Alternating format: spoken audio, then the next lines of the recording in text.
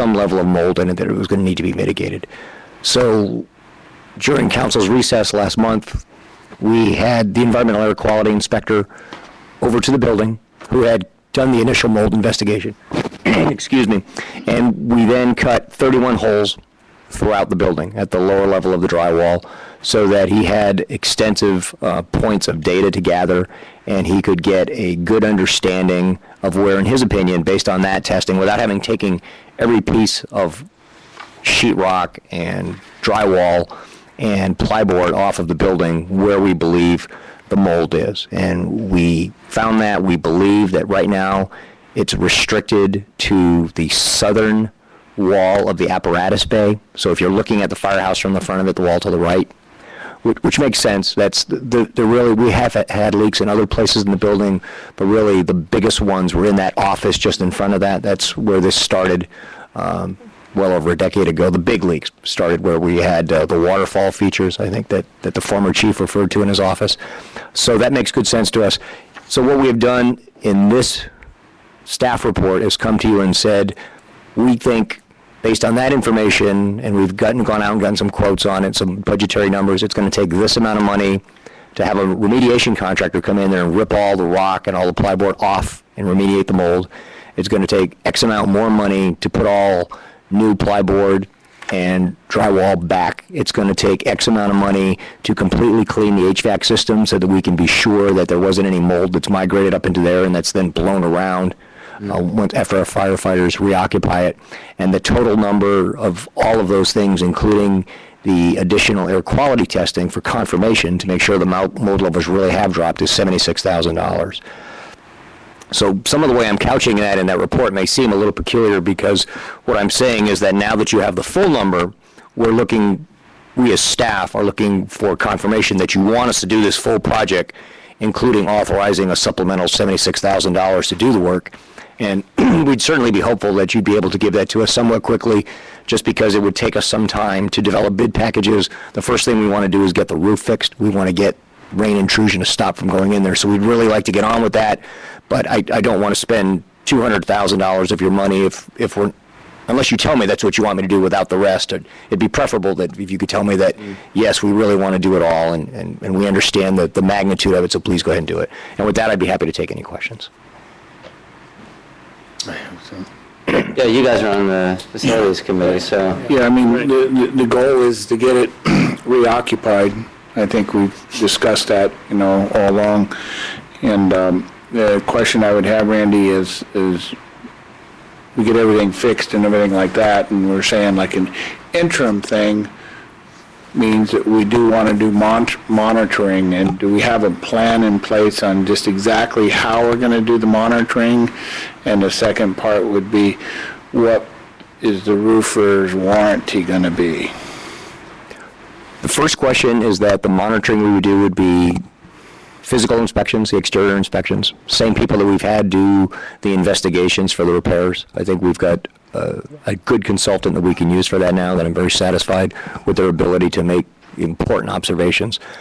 The second question I don't know the answer to right now. So I haven't finalized writing those specifications. I need to get a better handle on what the maximum length of a roof warranty that we can get is. It may not be as long as you would typically get with a new roof, just because it's going to be a patch of an existing one in place.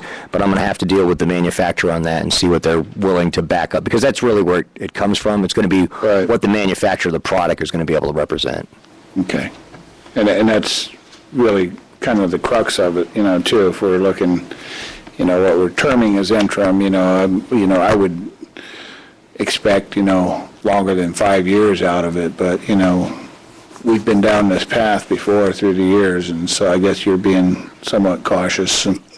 Yes, sir. And as I've mentioned before, it's a really challenging design to hold a roof together. The way that there are 3 separate substructures, 3 separate hip roofs up above this building that all sit as if, I guess the best I could imagine is that if my iPad were one of those independent structures, and this were the parapet wall of the building, well, instead of the water sheeting over that parapet, it sits back here. So all the water sheets behind that parapet, and I think no matter what we do, I'm just really uncomfortable. But frankly, even when we went to some very expensive remodels, because of the nature of that building right now, I don't really ever get beyond a point where I could give you about a 90% guarantee that all the leaks are going to go away, because it's just that complicated having the different structures with the different heights that they exist at. So yes, you're right, I am being very cautious, and I think part of it is saying that it's a 3 to 5 year interim. That tells us that's really when we need to start getting up there and having eyes on that roof again and making sure that we catch things before they become a problem. But that's not what we're going to negotiate, right? I'm going to negotiate every year I can get, sir. Right, of course. Okay.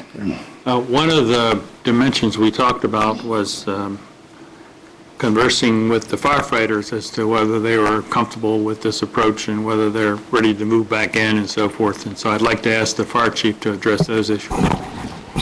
Yeah, they've been briefed on all of the project work to take place, and I think the important point was identified, and that is that the HVAC systems will be looked at and or replaced or cleaned, and then ongoing monitoring that will occur. And so firefighters have been briefed on that, and as the work continues, we'll continue to give them the information.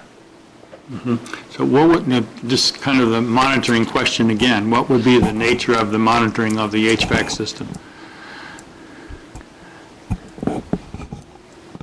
So it's going to be a complete cleaning of the HVAC system. Yeah. So it's going to go through, it's going to be cleaned, and we're going to remove all of the insulation that's in and around it. Right. And then we'll run the system, and then we'll have the air quality person come in again and check the mold spore levels within the building. But what about monitoring after that? That's what I'm trying to get at. I think that's what we were talking about having done, is that once the project's completed, then talking with the environmental people about what would you do, what would be the appropriate time to come in and monitor, how often would you need Right. to do that. Right. So, but we don't know the answer to that yet?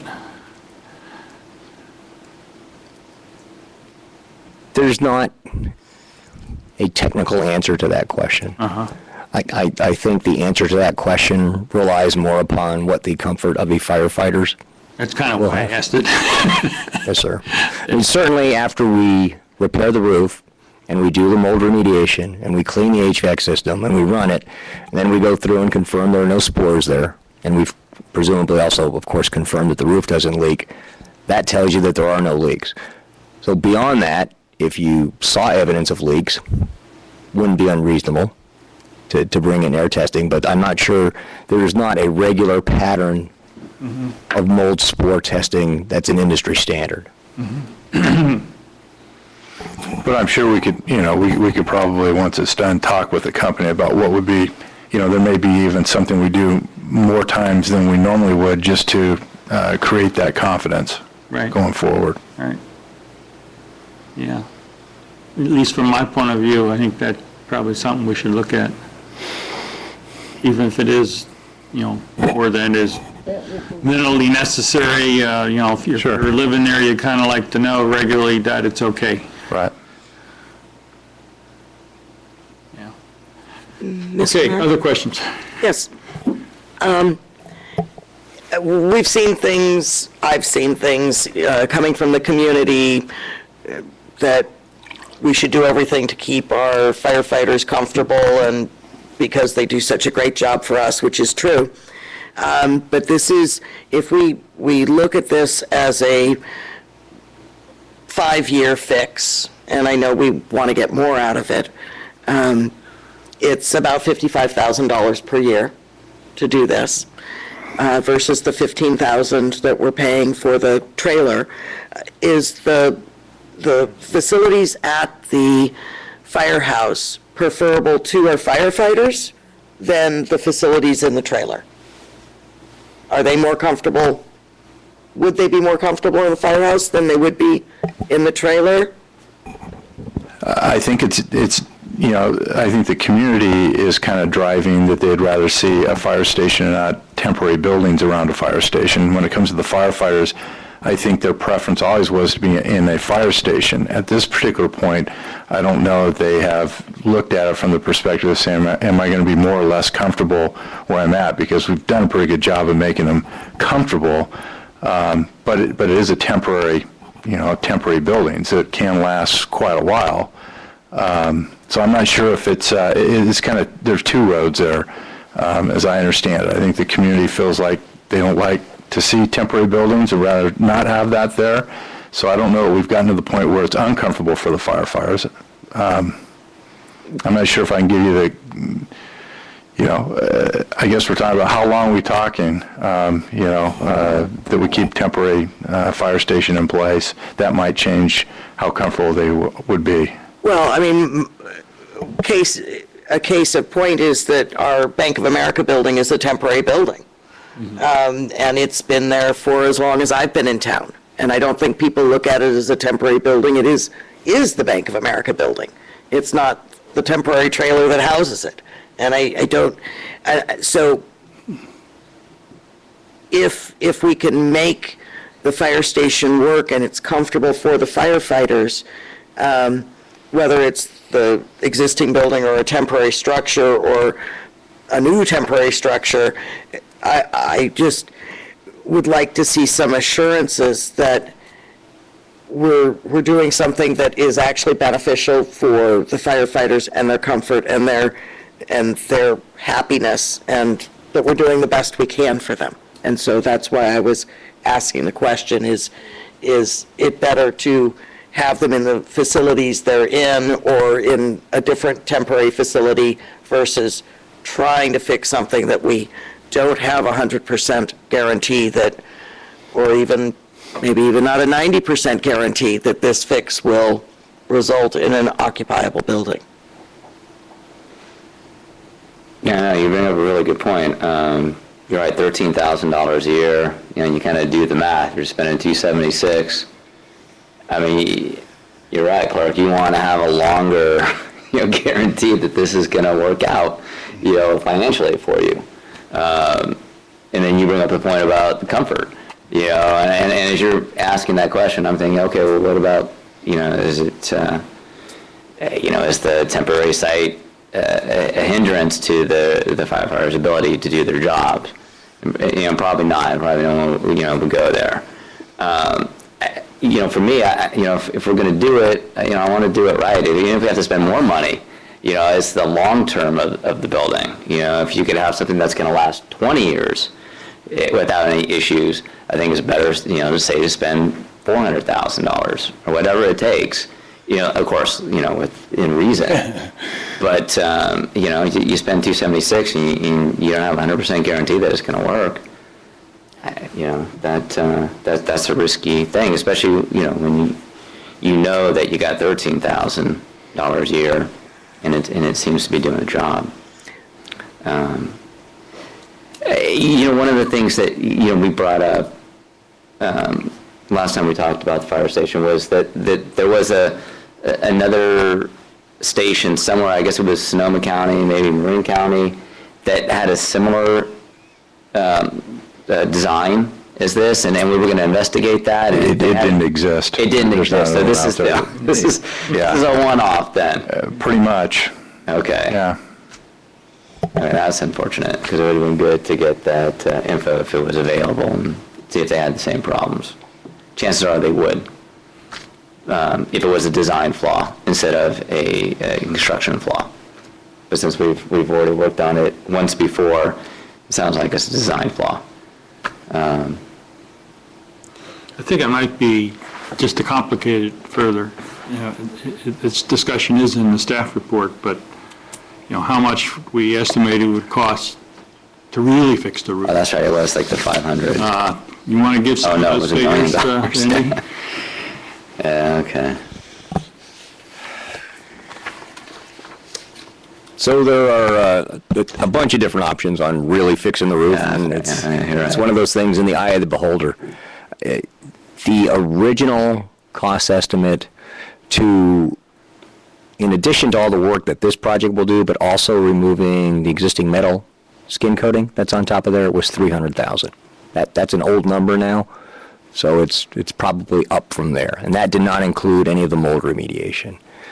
As you start to get higher and higher, as you start to talk about, one of the other options you could do is you could take the roof and change the pitch of the rafters so you could flatten it and get as many of them as you can to hang over the parapet.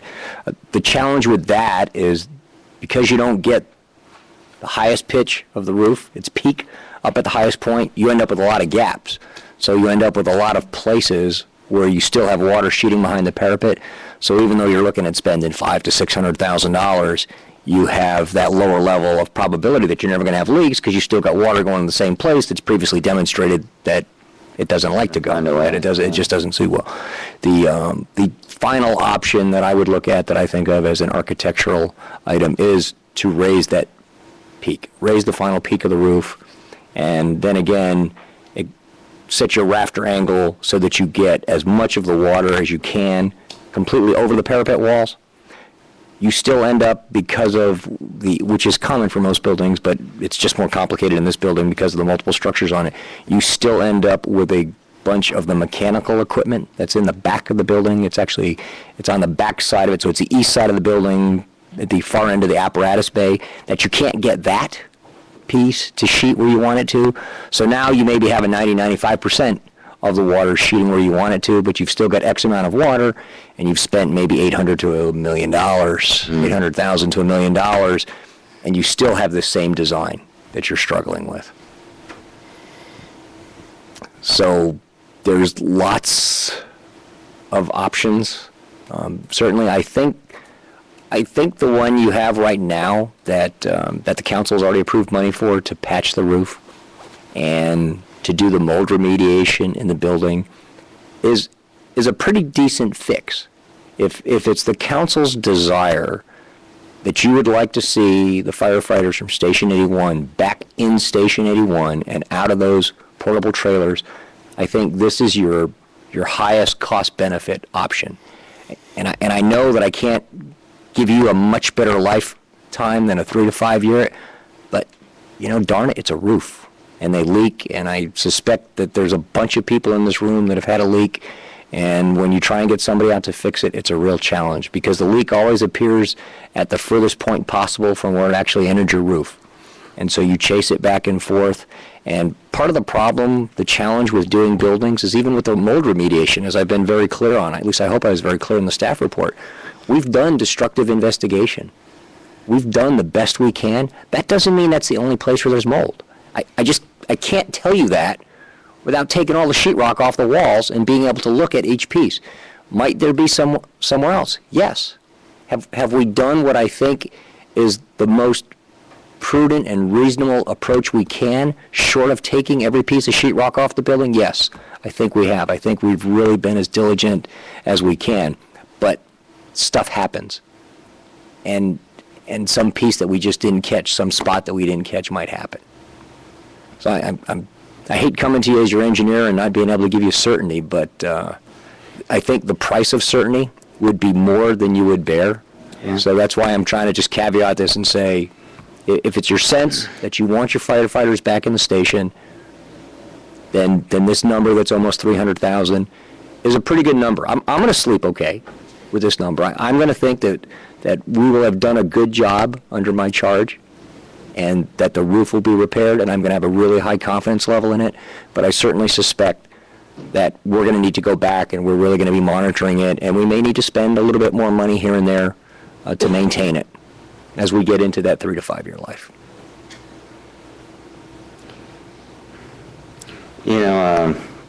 I'll just be honest with you guys. I'm not ready to vote on this. I know there's the time frame. I'd like to have a little bit more consultation with staff and just get a little bit better understanding of it. It's hard to do it in a council meeting. When we look at the $13,000 a year, times that by 20, that's still less than the cost of doing this repair. And, I understand the need of getting the guys in a permanent building. But the facility that they're in right now is a nice temporary building. But you got the Baylands project. There's the potential of perhaps moving it, the station someplace else, and we haven't really flushed that out all the way yet. But I would be ready to make a decision at our next meeting. but not tonight. So you want to re-agendize this, is what you're saying? I would like to. If not, I would vote no. Doesn't sound like Terry's going to vote yes either, so. Actually, I wouldn't jump to that conclusion. Looking at did a tour of the Five Star Cafe, and we all know the longer you leave mold, the more you have moisture, the more decrepit things get, the quicker they start deteriorating, and the less chances are that we're going to have a successful outcome on this. I don't think relocating the fire station is imminent, because I don't think that is going to be something that we need to deal with certainly in the next 3 to 5 years. I wouldn't anticipate the needs changing. If anything, it may be that they need to have another fire station. If there's a big project out on the Baylands that goes through, they would probably need something with larger apparatus and different capabilities, and would probably be serviced from a different location. So I understand that we want to have the look and the feel and the appearance of stability, and that our firehouse is something that's part of the community, because it is, and we appreciate those guys. And if it was the council's decision, I'm happy to wait till our next meeting if it makes Cliff more comfortable, but I would be willing to vote in favor of it at this point also. I guess the question to staff would be, I know we'd like to get work done before it starts raining, so is this 2 weeks window detrimental to doing that? Or would you like to get moving on it, pronto?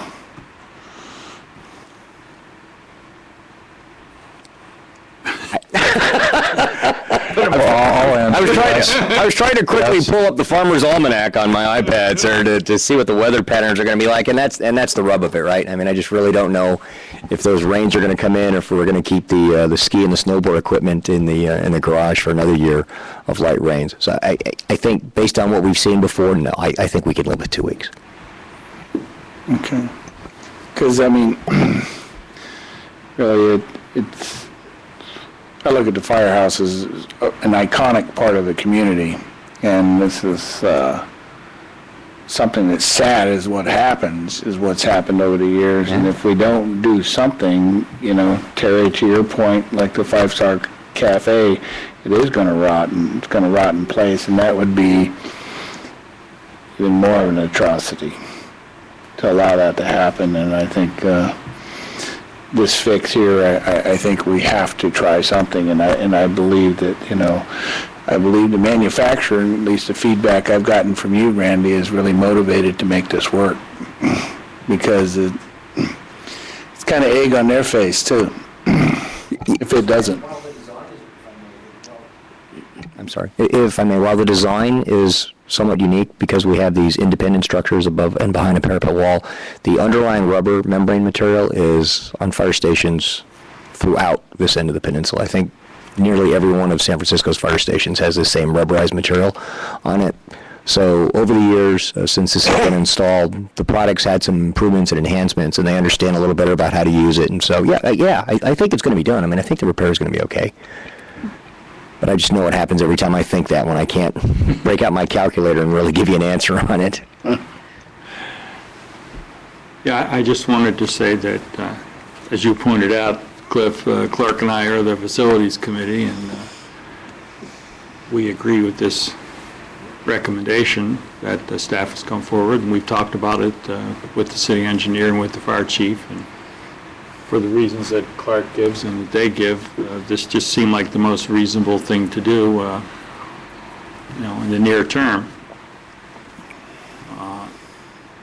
It does seem a shame that, we have a beautiful fire station that we really aren't using. And if if this is a way to kind of make that happen, it seems worth giving it a try. So that's kind of where I'm at.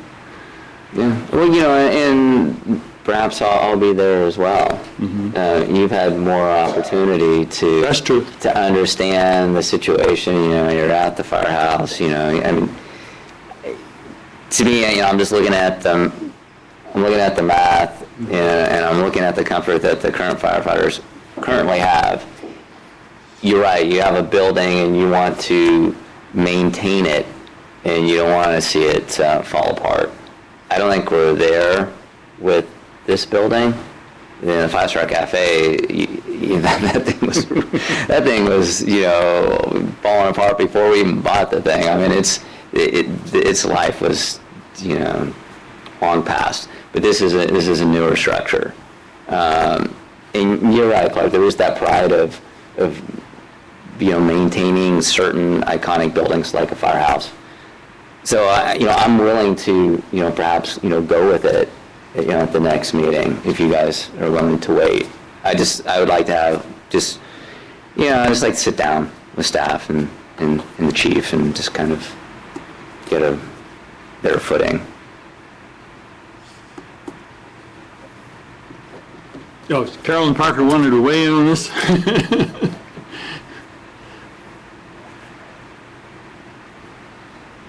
First of all, I'd like to say that I really feel that the public needs to speak on this, and I wasn't, I saw a lot of discussion about whether we should vote or not. Anyway, what I want to know is, has this community finished paying off this building? It seems like we spent a lot of money on the building, and I think that to just sort of abandon it to another prefab building, I don't even know if it's paid off. I think we should invest in this building because the citizens have been paying for this. This is a lovely building. And if there's, and if the design is bad, we have to spend money to fix it. But we put a lot of money and time and effort into the design. We spent money on the design. We spent money on the building. I don't know if we floated a bond for it. I don't know if the bond's been paid. But I think we should go ahead and fix it and use it. Thank you. Chief, if you could just provide clarification. I mean, the building is used. The firefighters just don't sleep there, right? I mean, there are some things in the building. Well, the apparatus is parked there, and when a call comes in, they go across the street and get on the apparatus and respond. But that's the extent of it. Okay, so there's no time spent in there. Okay, all right. Yeah. I see Stuart. There's Stuart. The fire station was financed with the COPs, as I recall, which is a form of a bond. It was financed with the lease revenue bond, Right. which is being paid for by the successor agency to the redevelopment agency. Right. Which is still how long running? Approximately. I'm thinking, this is where I wish Betsy was here. She would know off the top of her head. 2035? No, it's not that long. No. It would be at least it would be no later than until 26. But if you gave me like 3 minutes to go back to my office and pull the bond issue, I could tell you. Somewhere in the 20s. Yeah, but it is a bond issue that the taxpayers have been paying all for over the years. Right. I mean, and it's being paid for by the RPT. It's being paid for by the successor agency. Right. So it's not being paid for by the general taxpayers of Brisbane, but specifically the the tax increment from, I believe it's either Area 1 or Area 2. So it's not being paid for by the general taxpayers of Brisbane. But specific taxpayers. It would be the properties, and I believe it's the ones located in Area 2. So, that would be called the Baylands. Okay. Is that, all right. Yeah, Dana?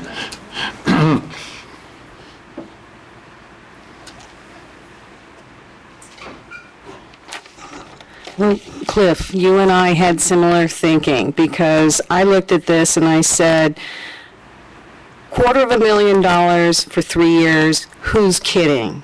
I mean, seriously, only 3 to 5 years maybe. And no, now it's up to almost 300,000 because they're asking 279 plus, and we'll come back for more, is something I heard there. So I'm like, I'm one of the people that thinks the fireplace is in, the fire station is in the wrong place. Because, and I thought it was good that there was the mention of the potential tear down in order to create a, what we were hoping would be a street level crossing on, to the train tracks from Valley? Valley Drive, to be able to egress away from basically getting stopped at at Bayshore. So I know this has got to be an awful decision to make, because you're seeing a multi-million-dollar thing turn into nothing, and yet 12,000, 13,000 a year seems so much more reasonable than any portion of the 300,000 that you're asking right now. So, because I think it's in the wrong place, I have always thought it should have been maybe not torn down, but elsewhere. And I just, when you're nickel and diming people to do programs in the rec department, but you're going to spend $300,000 to fix a roof, I wonder, all of a sudden you were saying 300,000 might do the whole job.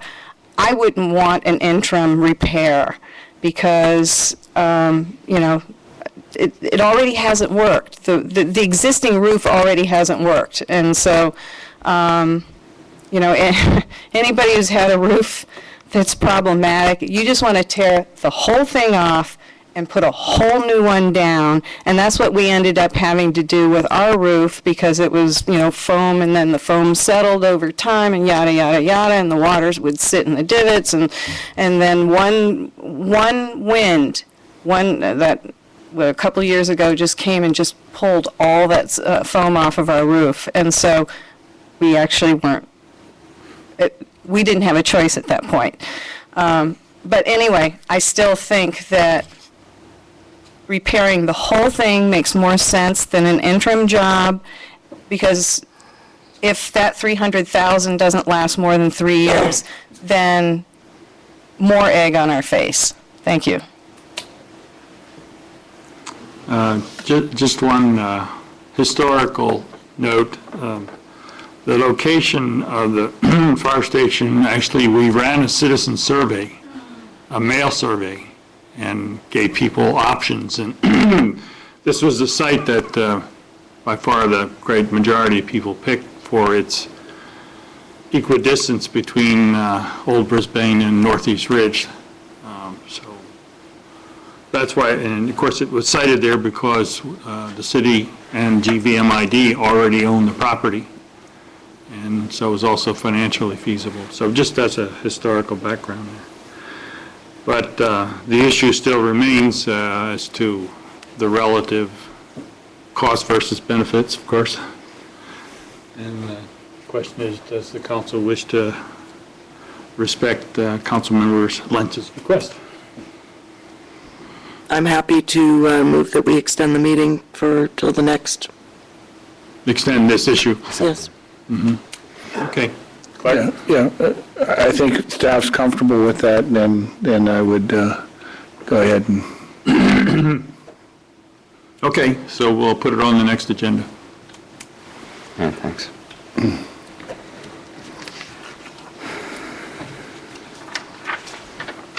Okay. Do you want to get me some water? Water, okay. Coming up. Thank you, sir. So the next item Item B. is item B under new business, which is the community survey having to do with the Baylands. So who's going to start us off? I'll start us off. Okay, Clay? So speaking of surveys, what you have before you tonight is a proposal from FM3 Consulting Services to conduct a survey for us relative to choices on the Baylands for potential future development. The staff and council subcommittee interviewed 2 companies earlier this year. We felt that the proposal from FM3, after a couple of meetings that we had with them and kind of fleshing out the various options and directions, was the appropriate consulting contract to go forward with. Shikari Byerly from FM3 is here tonight, so I'm not going to go through all the details of what's in the staff report. I'll be available to answer any questions, but I'm going to go ahead and let her make the presentation. Thank you very much, Clay. And good evening, Mayor Pro Tem and council members. My name is Shikari Byerly, and I'm a Vice President with FM3 Research Services. We really appreciate the opportunity to present our qualifications as well as a proposed approach for helping you to understand community attitudes around the Baylands and potential development. So you all have the full proposal. However, I have prepared just some summary slides for your benefit as well as that of the public that will review our background as well as what we proposed for the project. And I won't go into all of the detail here. I'm certainly happy to ask questions about the contents of the proposal, but our firm does have a local office here in the Bay Area, right in Oakland, making it very easy for us to be present for meetings and presentations as needed. We think one of the key benefits actually that we would bring to the project in assisting the city is that we have the capacity of a national research organization with offices in Santa Monica as well as Madison, Wisconsin, but with our local presence that we really offer the client services and really the background and experience of working with many municipalities throughout the Bay Area. Just a summary of our local experience. We have worked previously with the County of San Mateo, both in their budget and fiscal planning around transportation issues specifically and a number of other policy issues. We've worked with the City of Pacifica as well as the Burlingame Elementary School District and a number of other local clients.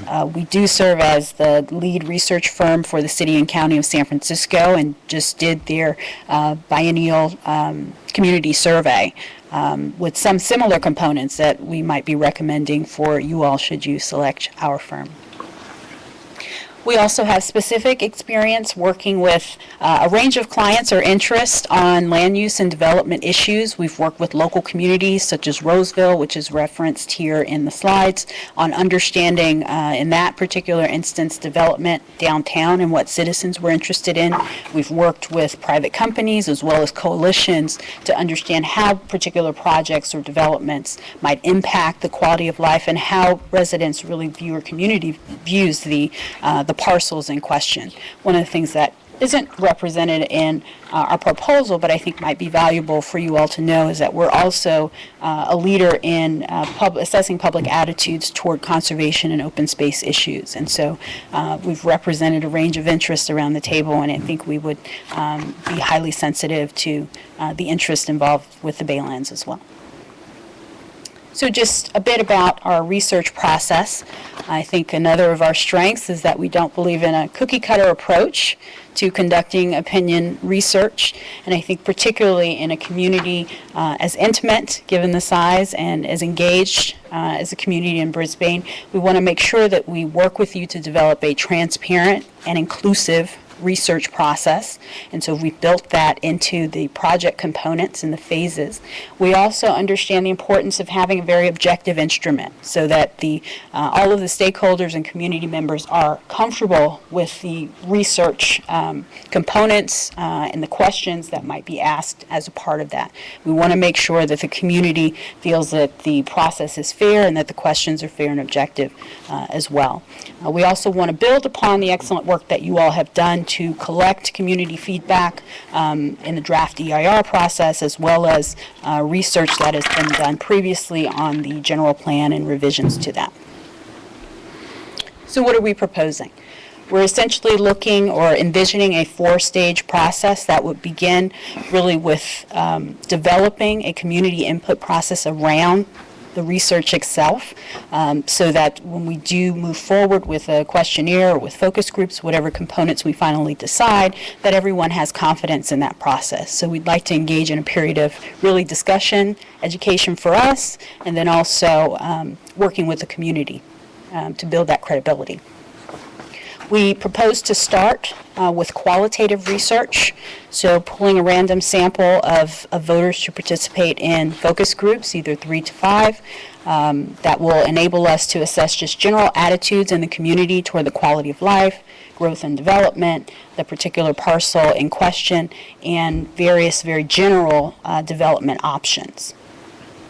Following that initial set of focus groups and public reporting on the results of that qualitative research, we hope that will help inform the actual quantitative research instrument, the survey of your entire community on the issues both that come out of the EIR process, as well as the focus groups incorporated into that survey research instrument. And then finally, we would expect to work with the city to make the community aware of those results in whatever capacity possible, either through community meetings or presentations at the council or with other stakeholders. Bit about the research process. Again, I won't go into great detail, but we really envision this being a collaborative and iterative process. This isn't a case where we're the experts and we can tell you how it goes. We want to work with the city and staff in particular to make sure that we fully understand all of the hard work that has been done beforehand, a result of the EIR process and public comment period, as well as the community meetings that may follow in reviewing the results of that EIR process with the community, so that we can really make this survey research process work well with what you all have already started. Once we have an initial understanding of all of the current concerns that we need to be aware of in designing the research, we will then present a more formal format of a proposed approach, how that community input and stakeholder input will be incorporated into the research design, and we'll present that to the city for your approval before moving forward with the qualitative and quantitative research. I do send regrets from our partner Dave Metz, who will be the study research leader on this project. He had a family commitment that prevented him from being here tonight as scheduled, but you can contact either of us in our Oakland office, and I'm happy to answer any specific questions that you might have. Okay, thank you. Colleagues? Claire? I have one for staff, and kind of legal question, because it was brought up earlier, and I know our Open Space and Ecology Committee has asked, along with numerous other folks, on extending the EIR, and I, for one, would have a tendency to honor that. And so, would it be legal for us to extend the comment period for X number of whatever reason?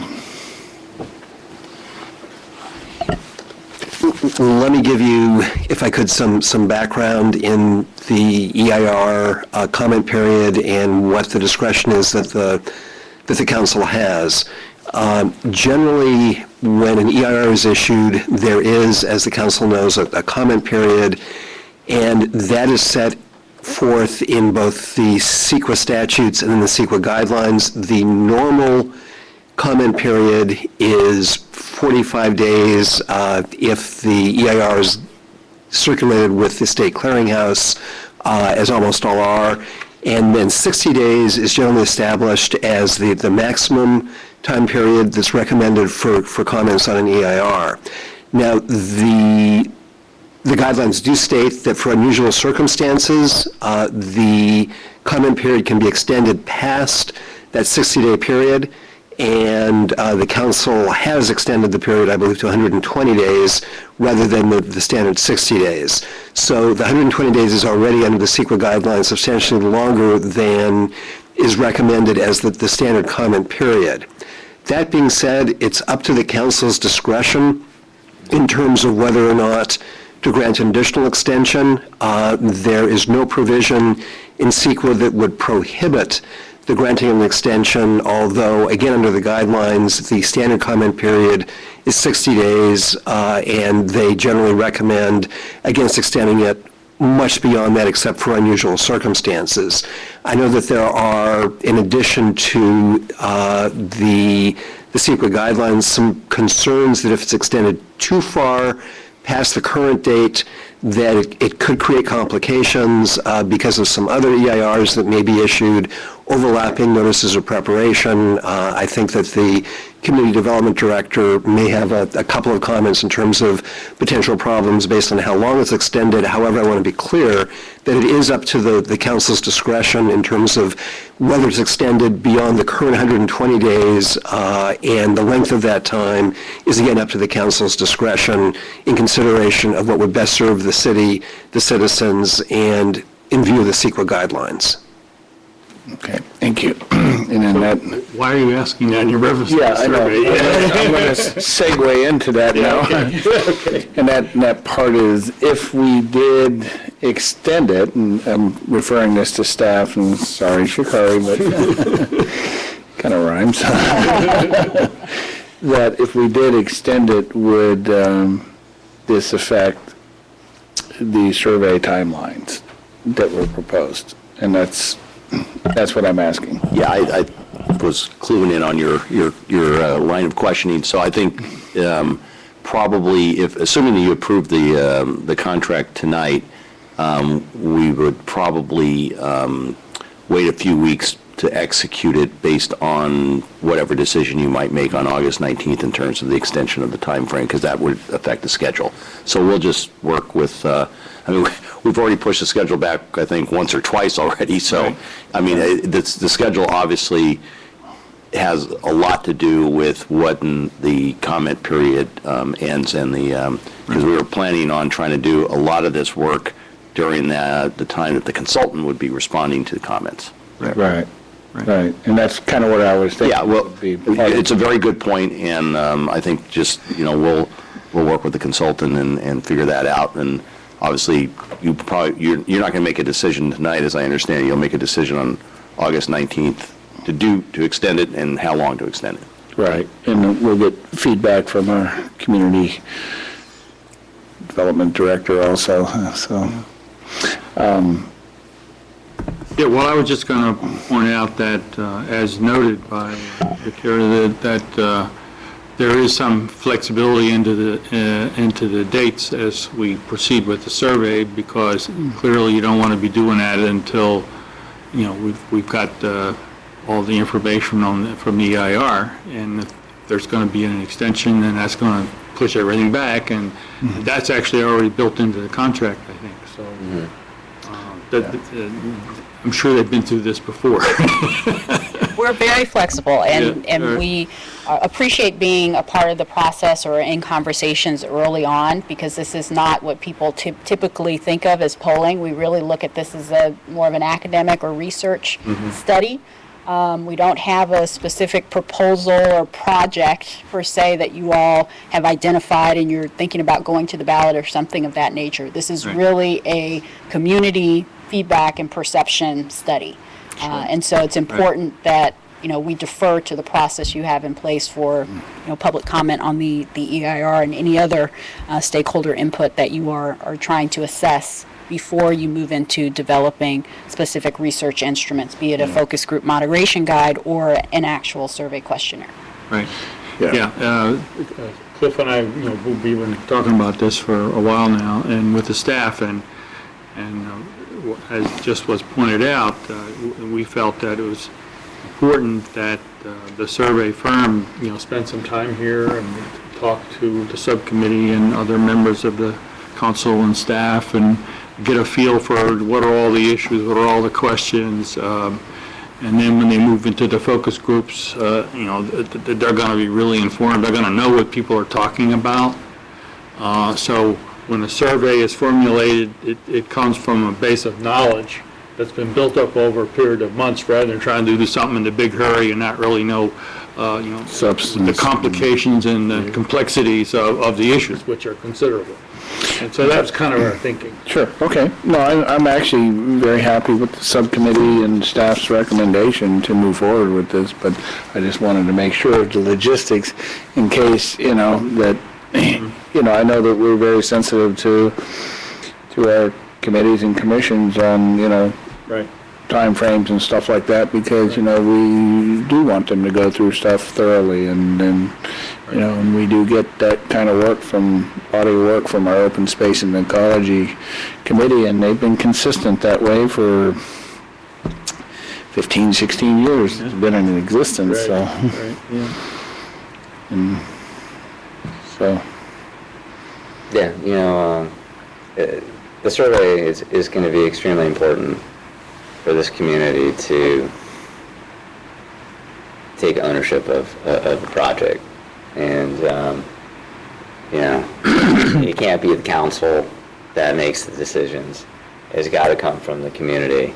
And the community needs to have the right information. And, when we interviewed Shikari's firm, we were quite confident that we were getting an organization that wasn't going to be cookie cutter, that was going to frame it in a way where we reach out to the stakeholders, not only getting information, but just hoping to be part of the process of formulating the questions, because the community has to feel confident that the questions are coming from the community. To get the community's input, you need the questions stemming from them. And so, I'm looking forward to getting to that stuff. I think we all are looking forward to that, where you're actually starting to plan rather than having to just deal with all the technical things about, the issues with the EIR. But you need a base first, and the EIR provides that. It's a process. Yeah. Forgive me, but I'm a bit confused on the timeline structure where we're going to be surveying what the citizens want before we know what is even feasible, because we have a draft EIR that is not approved yet. And so we're planning to do the survey while the draft EIR questions or comments are being addressed. Yeah. No. Not until after the comments have been addressed and it comes back in a final Right. EIR. Correct. Not approved final EIR. Right. So in between that period. Right. So the dates we have on our slideshow all are gonna change. obviously wrong. Yeah, right. They're going to change. They're going to change, yeah. Okay. Just for Councilmember O'Connell, we've been in conversations with the city for, I think, several months, not really knowing when the when the comments. We've all been in conversation with the city for more than several months on when anything may happen, because Yeah. it is a very complicated issue. And So I apologize for the dates. no, I wanted to make sure where in the process, mostly for the public and my benefit, to know where in the process we're going to be asking the opinion of our citizenry. Because we can't look at a draft EIR and evaluate it based on a project being to our liking. It has to be on the actual physical attributes of the possible projects on the environment. So it's one of those things that just because our citizens may want something, that's not a reason to approve or deny an EIR. No, it's just a different So issue. it's a whole different issue. So I just wanted to make sure it was in that, Right, the sequence was where I was at. yeah. No. And part of our first phase is really understanding what information do residents desire? Right, What is their level of awareness about the Baylands in general? Right. What are their general feelings about growth and development in the community? So that we can prepare visual aids or maps or other materials that raise their baseline level of awareness to even be able to respond to a community survey. right. So to be explicit, the idea is to do the survey after what is called the final EIR is available, which means response to all the comments. And one of the difficult things, even for me to get my head around, is that you have what's called a final EIR, but it really doesn't go to sleep, so to speak, until the council certifies it. Right. But we have been advised by the environmental consultant that you don't want to certify it until the council has come up with what it is they kind of like to have as an approved plan. And because you want to make sure you've studied all the environmental dimensions. If it's a new combination of things, then you got new information that may need to be derived from further study. So there's this difficult realization that what is called the final EIR is really not the final EIR. It's kind of the raw final EIR, and it doesn't really go into place legally until the council certifies it. And in the interim, then there will be this whole planning process in which we go through all the alternatives and maybe want to put combinations together, but we need some assistance in that planning process. And that's what the survey is for, to generate information from the public as to what it is their preferences are and what kinds of things they would accept and what kinds of things they wouldn't accept. And that gives us an idea about the planning process itself. So I think that's what we were trying to achieve. And does it sound right to you? It does. And we're happy to, again, work collaboratively with you, particularly in this initial phase. We believe is so important for us to understand the issues, to become familiar with your community, and to understand what information the public is interested in having so that they can provide informed input.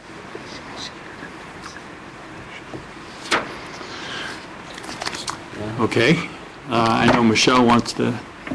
Okay, thank you. We may have to ask you back, but that was a good presentation. Thank you.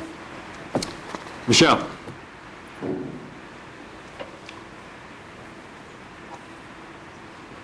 Michelle Salmon, Brisbane resident. So I have a question. Do you believe in angels? Think about it for a minute. And I know that may not seem relevant, but it is.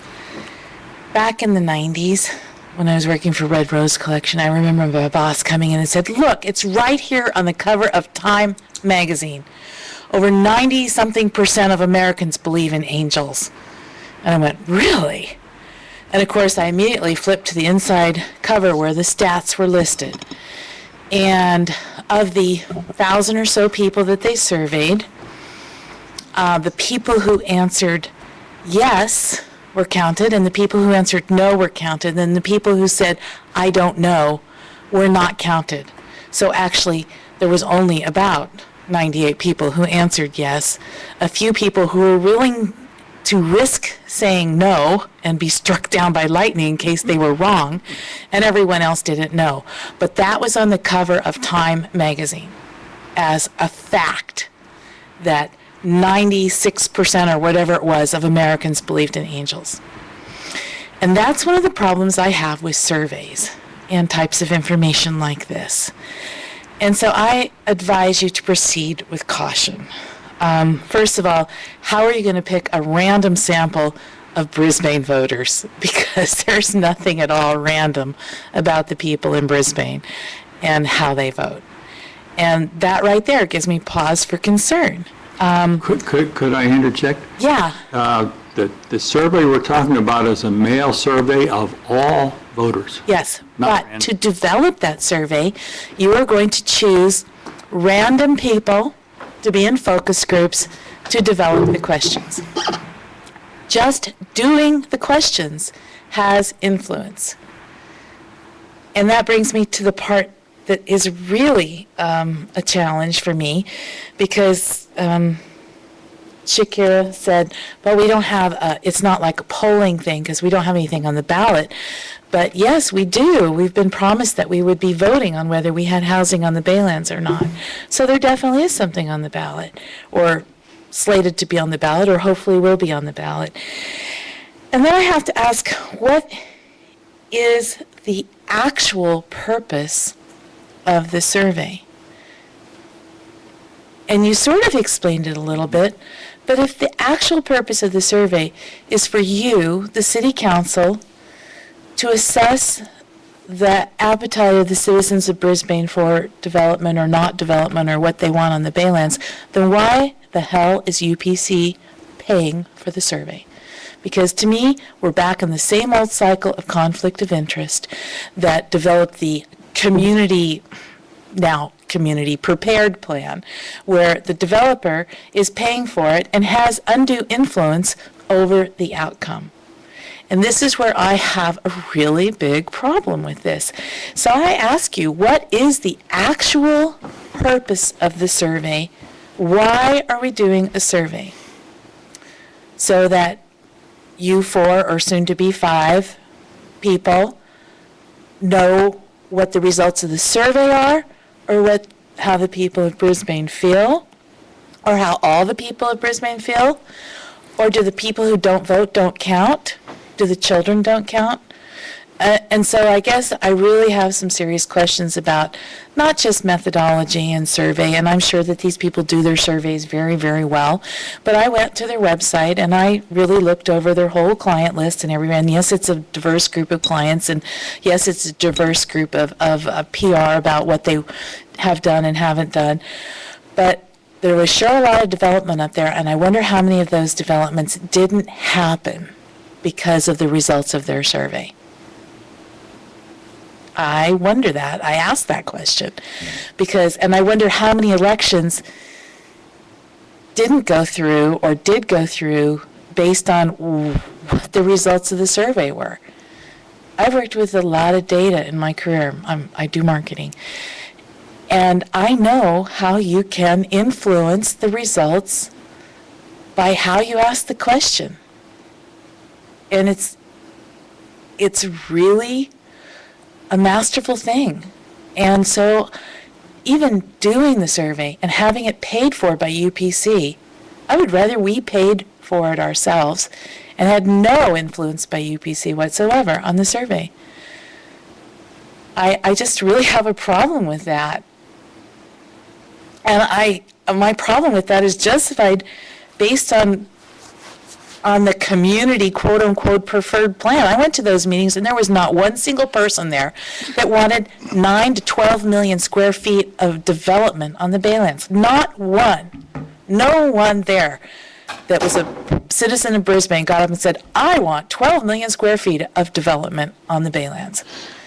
And no one said, I want 9 million. I think we got some answers for you.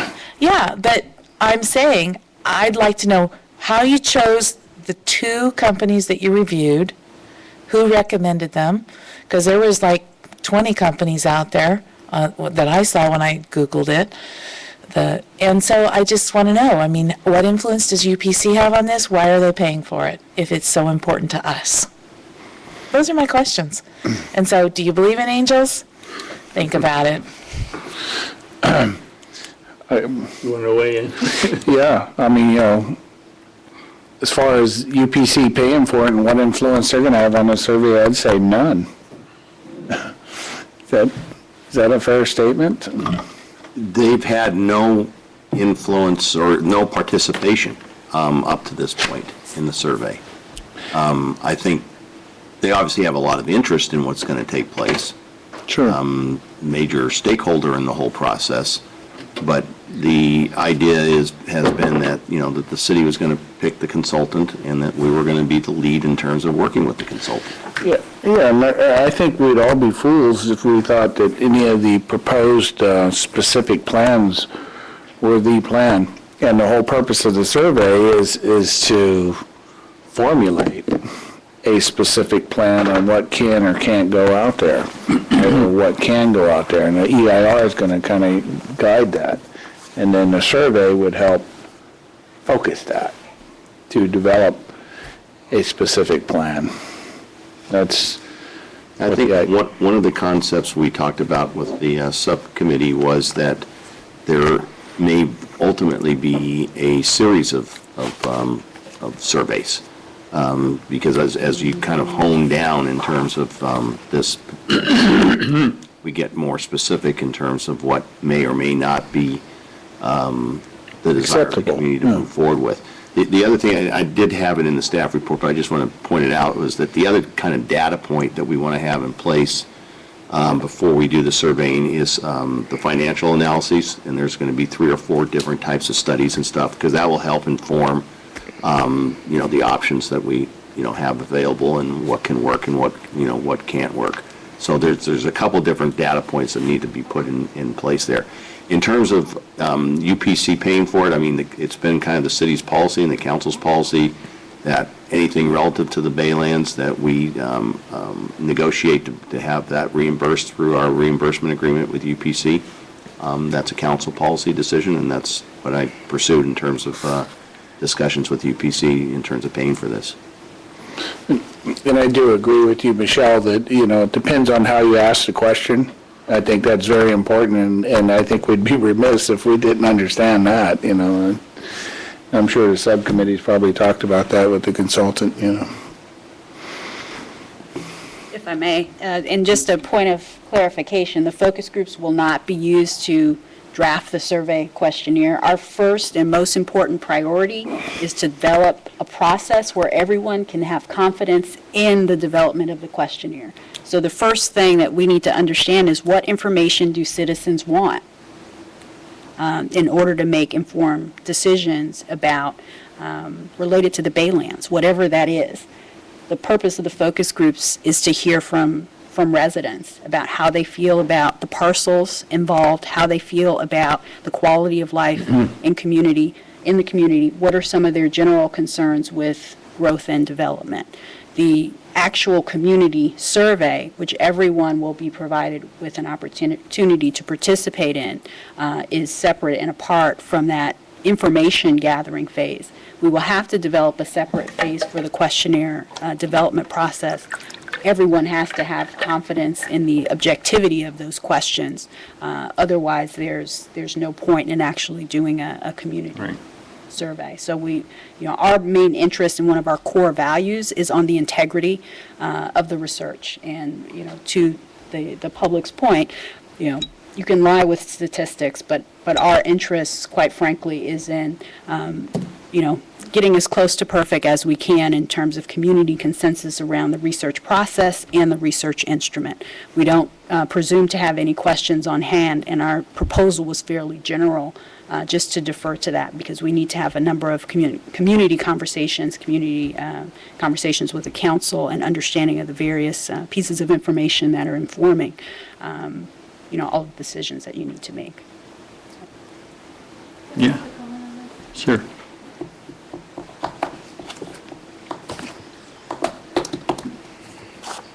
I believe you. I believe that I trust what she says.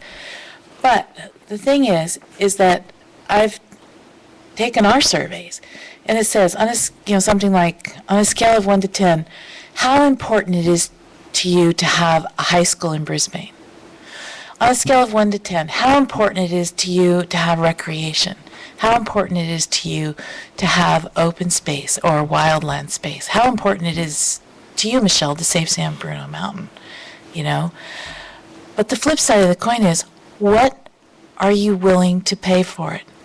Are you willing to have people live in housing on land that you believe is toxic so that you can have a high school in Brisbane? Is that the kind of question we're going to ask in the survey? Because that's the kind of question that's real. What is the cost to the future and to the environment of what you want for the quality of life today? Okay? And this is my concern with this type of methodology. Yes, you're going to ask questions, and they're going to be really seeming very straightforward. And how you couch the answers, it's a pretty straightforward question. Do you believe in angels? That's a straightforward question. But the answer and how you interpret the data is so not straightforward that it's scary. And this is kind of what happened in the past when we've done these kind of surveys to find out what people really feel and think. And I would rather that you spent time having some true community forums where people come and tell you, at your request, what they think and what they would be willing to give up. Yes, we want businesses in Crocker Industrial Park, and we want that tax money because it is really, really good for Brisbane. But we don't want our children breathing diesel fuel. So we don't want it 100 yards from our school. Enough so that we stopped it from happening. So that's the kind of question. What's the trade-off? And if you don't make that clear, it all seems like, yeah, I want a high school, yeah, I want a football field, yeah, I want soccer, I want recreation, I want a swimming pool, I want a Mission Blue Community Center. Am I willing to give up the mountain for it? Am I willing to give up, and have people live on poison land? What am I willing to give up? Am I willing to sell the future? And so those are the kind of questions that you need to ask. Those are the kind of questions that you need to know and that you're going to be responsible for answering when you decide whether the EIR, I wouldn't be spending the amount of time that I am reading it if I didn't think it was important, if I didn't see the mistakes that we've made in the past and to try to rectify them. This is a serious issue. And this is a serious issue that your granddaughters are going to have to deal with if we still have a planet. So it is not about UPC's profit or Brisbane sales tax base. It is about our very future of what we decide now of what we're going to do. And can you put that in a survey? And can you answer those questions? And can you assess people's, appetite for this? I don't know. Pretty genius if you can. Or is this just another way to kind of play the field? And that's really where my concerns are. Yeah, no, I value your concerns very much and share them. And from my point of view, of course, I happen to be a social scientist, and therefore I have some understanding of how you can bias surveys and how you can mislead people and misconstrue information. And you mentioned How to Lie with Statistics, or actually as a classic book by that name. So I think we're at least not so naive that we're not aware of all those traps that we can fall into. But on the other hand, we need to do our best job that we can to find out, where people are at, and the questions that we need to ask need to be sophisticated and as unbiased as anybody can imagine to make them. And they do involve asking various kinds of trade-offs. What are people willing to do versus this and versus that? And I don't know whether you remember or not, but when we had that survey having to do with the whole issue of the Crocker Industrial Park and the Northeast Ridge, how far were people willing to go in order to, to fight the de-annexation efforts, and those were all trade-off questions. Yes. And we got that sophistication built in there because we used the Public Research Institute from San Francisco State. And they understood that kind of sophistication, and I think this firm does too. We actually tried to find out whether PRI was still, available and interested in doing this sort of thing. Unfortunately, because of budget cuts at the state level, they no longer exist. And so it was through contacts there where we developed a list of to answer your question, of firms who do this kind of thing and do it only on behalf of, public agencies. And so we wanted to make sure that there was no, bias in the firm, and so that's how we picked the ones to go after. And so I was a part of that process.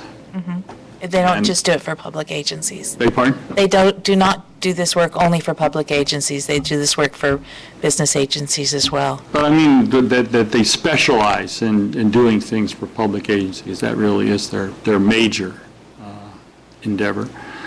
There aren't very many firms who do that. And there's actually only one in San Mateo County. And that's the firm that did the previous survey for UPC. Which obviously wouldn't make any sense for us to use, and so that didn't come on the list.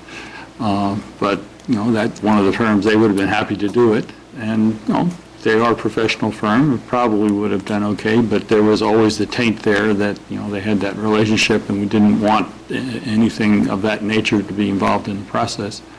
So we wanted someone who was a firm that had really got a lot of experience and done a lot of different kinds of things, and will understand the sort of situation we have. And I think we'll try to go through the process that will deal with your concerns about making this a survey that's credible, that everyone who looks at it says, okay, the information that's going to be derived from this is actually going to be an accurate reflection of what the citizens of Brisbane think. That's what the point is. And if it doesn't do that, then it's a failure, I agree. But that is the objective anyway, and that's what we're going to try to do. And it'll be done in a public process, and all the stakeholders will have a chance to look at it and weigh in and say what they believe about the structure and the coverage and whether it's fair and so forth. And then, then we administer it and see where the people are at. And it becomes a guidance to the council as to, what the people want us to do, because eventually it's the people who will decide, as you pointed out. There's going to be a vote, and there isn't much point in planning something that we already know the people aren't going to approve in the first place. And that's a waste of effort on everybody's part. So this is what we're trying to do, is to find out, what the level of confidence and specific objectives that people have in mind, and things that they can't live with, and things that they can live with, and then to create a plan that responds to that community input. I think that's really what we're trying to do. And in a certain sense, you have to trust us that that's what we really want to do, and in another sense, it's important that everybody participates in that, so we're held to that high standard. Yeah, I understand the devil's dilemma that you're faced with. I really do. I'm just want to make sure that we're really clear on what we're doing and what we're asking and everything else. And it's almost like not whether you can, I know you can manipulate the data. It's almost how can you help but in certain cases. So, and this is one situation where I actually think that you should change from your normal policy, and that only the city of Brisbane pays for this. I just kind of feel that way ethically, that it belongs to you and you alone, and then you decide as a council what you want to share and what you don't want to share, or you decide that you're going to share absolutely every detail and nuance with everyone and not just with UPC because they paid the bill. So it's kind of like either total transparency for everyone, or else you pay for it and it belongs to the city council. I guess it's kind of how I feel, because if UPC pays the bill, then they get to review it, and they get to review the invoice at a level that maybe you don't want to share, but now you're compelled to because they paid the bill. Okay, so there again, that's part of the devil's dilemma. What do you do? What's it really worth to the city of Brisbane and the people of Brisbane to do it with the highest level of ethics and integrity? So and I totally appreciate where you guys are coming from, and it's nothing about this firm or that firm or whatever. They look as honorable and as good at their job as any other one that I've ever known or looked at, okay? That's not the question at hand. The question is, what is the actual purpose of the survey, and how will the information be used and characterized? So, and I do trust you. I do. I voted for every one of you. So I have to trust you. Thank you. Okay, thanks. Dana?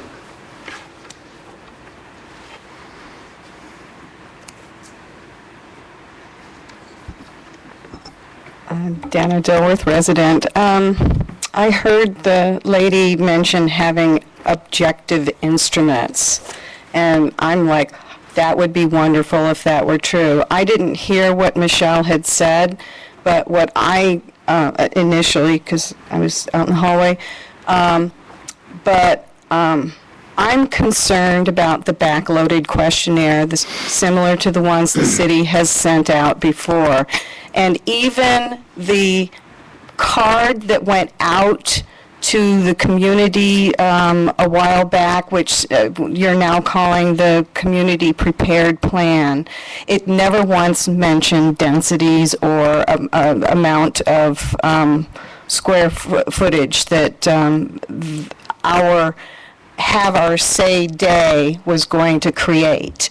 Frankly, when the environmental consultants came in and they said that even the community prepared plan exceeded what's allowed in our general plan, I'm like, I don't think that's true, because every single I don't believe that the council members knew that the community prepared or community evolved plan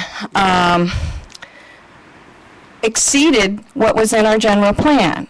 Because you guys get up there, you swear you're going to uphold the Constitution of the government, the Constitution of the state, and the laws of the town, and yet you voted something that was illegal in Brisbane, that exceeded the allowances in our general plan, and I'm only thinking there are two of the current council members that had voted on that plan, so I know that there are two that hadn't. But I'm trying to gather my thoughts to say them in a proper way, but I was floored when that was presented to the community, that any of the things being considered right now exceed what we so diligently worked on for 3 years in a row to create a general plan that is lovely, although I tried to point out the problems with having accepted that many years ago, because I did try to vote down the general plan, but forces were different at that time. But back to the discussion of backloaded questionnaires. I would like to participate in doing the backloaded questionnaire. And I would like the questions of, if you knew that DTSC would allow importing toxic-laden soils onto the property at a use higher than residential, would you still allow residential use out there? If you knew that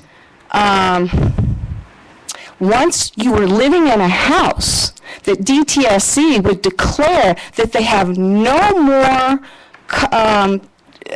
oversight to deal with getting you new housing, would you allow housing out on the Baylands to be only regulated by the so-called responsible agency? If you knew that there are data gaps that could potentially put people at risk to explosion, to exposure to toxic chemicals, would you think that this is a safe place? let me be part of the questionnaire instead of where do you want to put it? Because where do you want to put it, which was the Have Your Say Day experiences that we've been through 20 years in a row, anyway, 20 years later, just these surveys do not do any more than to serve, in my opinion, what is already a predetermined outcome. And I always tell my friends not to turn them in. The city of Brisbane's never gotten a survey from my family. I will make my opinions known here, but not on a backloaded questionnaire. Thank you.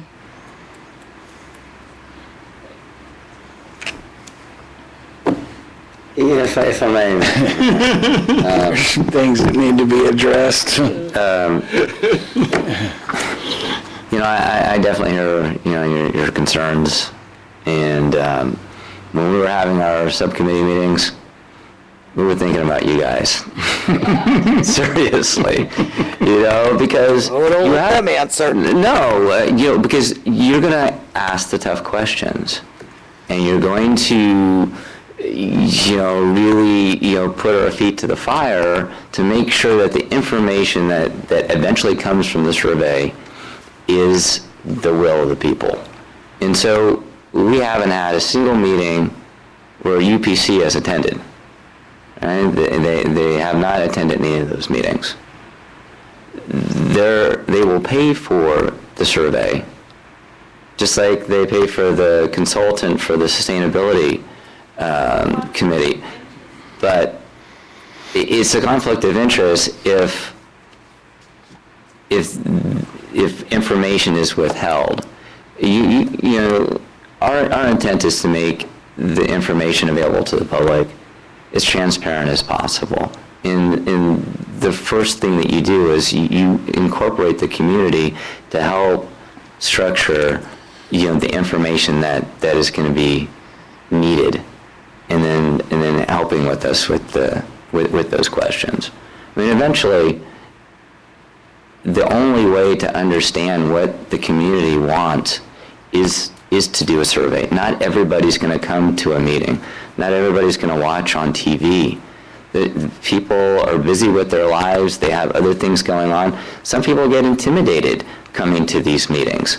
And so we have to provide a venue, a means of being able to communicate what they want to see out of the Baylands. It's so important. And so, like Ray said, you're going to have to trust this council working with staff that we are doing the best that we can and that we are representing the city in a noble way. And so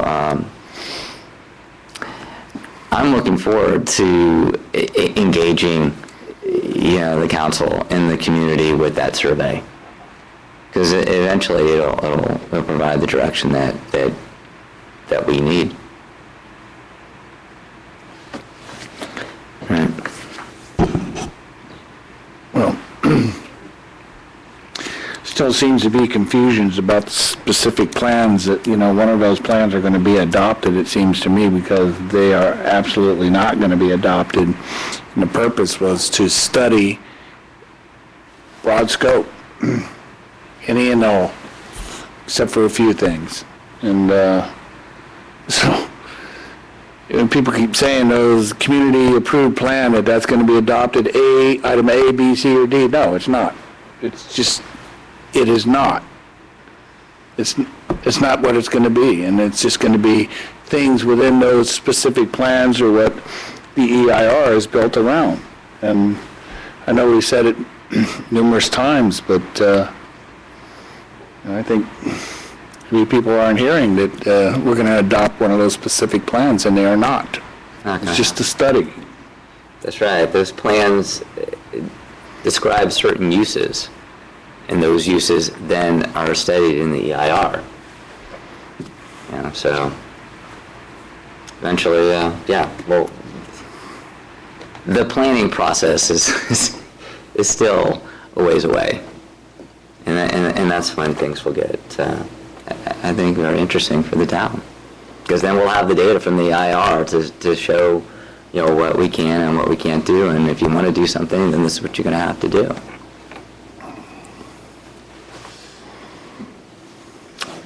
Terry, do you want to weigh in? I've listened to everybody talk about the surveys, and I happened to take 2 this week that were phone surveys, and definitely had slant to them. They were slanted to get a response, and to they were not objective at all, and I thought they were pretty humorous to throw them off base, because they certainly had thought they had gotten a completely different person than they had with me in answering those questions. But I think that the best way to get information is to talk to people and to really get a feel for what people want. And I agree that I have almost never had a survey taken that gave you the options for what you wanted to say in any logical way. And several of them that I'd gotten here in Brisbane said they were anonymous, but had tracking numbers on them, which instantly you think, well, there's a reason they're tracking that data. So I think that you guys have really researched the firm and the process so that we can get the best questions we can.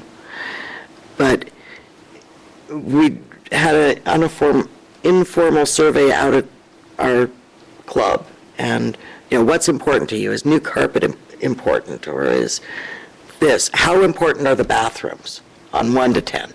If those had come back as a 1, are we taking out the bathrooms? So how are you, how you look at your results are everything. Because obviously we're not taking out the bathrooms, because half the people said they weren't that important to them. Yes, I'm sure they are important to them. But again, if we're using this as a tool after the draft EIR and before the final EIR, if we get 50% of the people of Brisbane that say they want housing or they don't want housing, does that mean we're not going to look at it? Or does it just mean we're going to take it into consideration that people want it or don't want it? So that's another thing to look at, where we're going to come up with a use for this information. And again, the asking questions on, if you were to put a hospital, where would you put it? And is the hospital important? That kind of question is really going to have to be looked at for how it's, what response you're really trying to get and how true those results are. But it's a difficult question. And as far as sharing the results, I think that if UPC is paying for it, of course we have to show the data, and that's one of the issues we had when we did the hotel survey, was who's going to own the data and who's going to be able to extrapolate the needed information from it. And it does bring up a concern, and if we do this survey and come up with the wants and don't wants of the community, is that going to give us a better project if we give that to the developer and say, okay, well, here you go, here you've got it in writing what our peoples want? And is that going to change Or is that going to be with a little footnote saying they may want it, but we may not? Or we may not be able to plan for it. So it's a tough decision, but I think we need to get the information. I'm just not sure how we're going to get that in a logical way, and from every person or every household. I mean, I know my husband and I don't think of the same on certain items. Who gets to answer the survey? Yeah, well, it goes to every registered voter, so that's the idea. So that that was one of the interesting questions when we were looking at the difference between doing a mail survey and an interview survey, where you actually go to homes. And one of the problems with the interview survey when you go to a home is that, the dominant person of the household ends up giving the answers. Whereas with the mail survey, when you send it to, registered individual voters, then hopefully there is that greater opportunity for individualities, which is therefore one of the reasons we decided to go in that direction. Online, too. And you can also do it online, right? That wasn't available last time. Right, no, it didn't even exist last time, yeah. The other thing that I think we really haven't fully fleshed out how we're going to do the planning process. Yes. I mean, that's something we need to talk about, for sure. The survey, in my mind, provides information that we need as we begin. I'm not talking about we, the community, with the council and leadership, planning what we want out there. And as Clark was saying, that it's not the developer ultimately that's going to say what goes out there, it's us.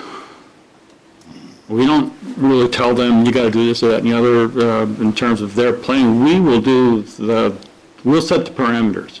And those parameters come from what the public tells us they'd like us to do, at least in my mind anyway.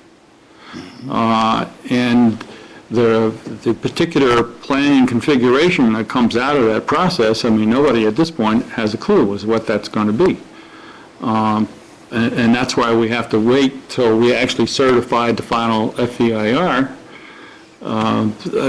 because we might come up with something that is a combination that is so different from anything that's individually studied in EIR. That, there may need to do additional studies even. And we can do that. I mean, as far as I understand it, that's within our purview, and that's what we'll need to do. And that'll be a very complicated and probably very extensive process. And one of the things that I discovered at an ABAG meeting is that now you can, again, talking about things that you can do now that you didn't used to be able to do, is you can actually do all sorts of computer simulations now of, all kinds of various things and various alternatives and various trade-offs and things. You can actually now deal with a lot of complex variables, through computer modeling, which is something that just didn't exist before. So that should really help the planning process. But at this point, we really haven't decided, where that starts, how we involve the planning commission. In the traditional way, it would go there first and then come here. Well, we might not want to do that this way. We might want to, combine the processes, because we might really want to be, leadership of, what are the kinds of things that we need to have in whatever plan we feel that's appropriate to approve with a lot of conditions, and then we have to, negotiate that with the developer, and then we've got to come up with something that we're comfortable with, the community is comfortable with, to put eventually, on the ballot. And so that's a long, complicated process, and we really haven't figured out all the steps that are involved there. But to me, the first step obviously is the EIR, and the second step is, okay, so what is the community comfortable with in terms of all the trade-offs that have been discussed? And then third of all, okay, so how do we go about putting all this together in a plan that makes sense for all concerned? Just thinking of our next meeting, next subcommittee meeting. I mean, I'm taking the input from you guys, taking the input from you, and you're right. How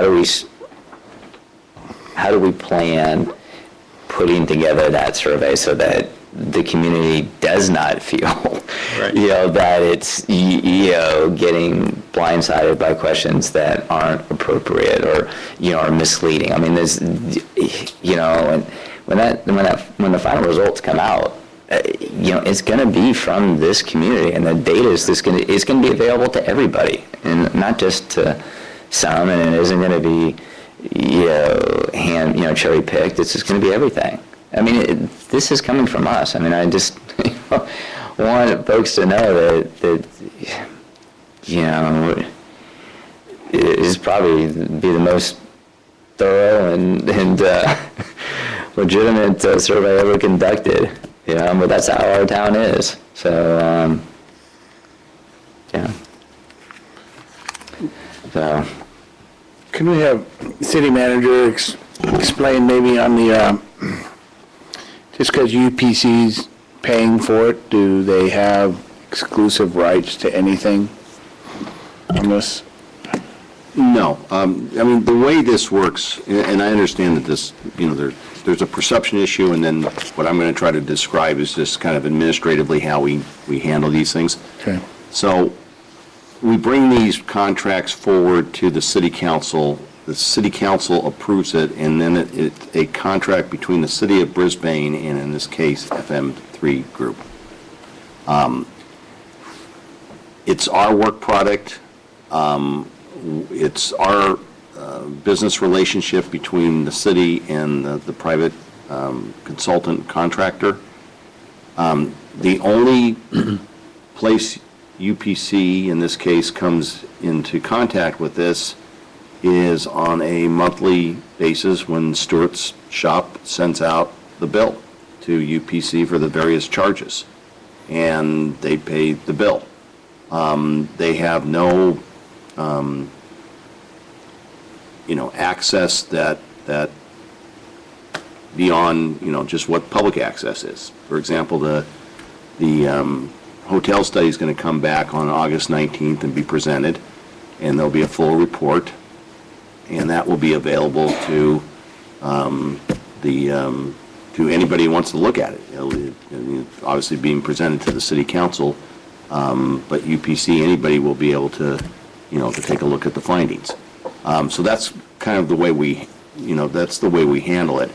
I was trying to think it through my mind, is there any difference in the way things would be handled if the city paid for it versus, another party? And the answer is no. I mean, we would handle it exactly the same way. So it just really comes down to perhaps a public appearance perspective, and I understand that. My other kind of hat is the city's budget and finances, and so we have always been very aggressive in terms of trying to get reimbursements for various things that we do. That's been kind of the strategy for the time that I've been here. OPM, other people's money. Something like that, yeah. Yeah. So, I mean, the same is true with the EIR itself, because UPC is paying for the EIR, right? It's part of the reimbursable. It's a reimbursement agreement, right. So.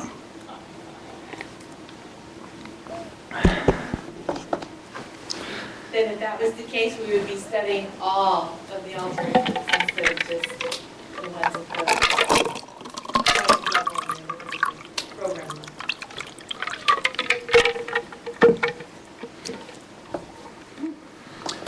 So, further conversation on moving ahead with the contract? I'm ready to make a motion I'll second it.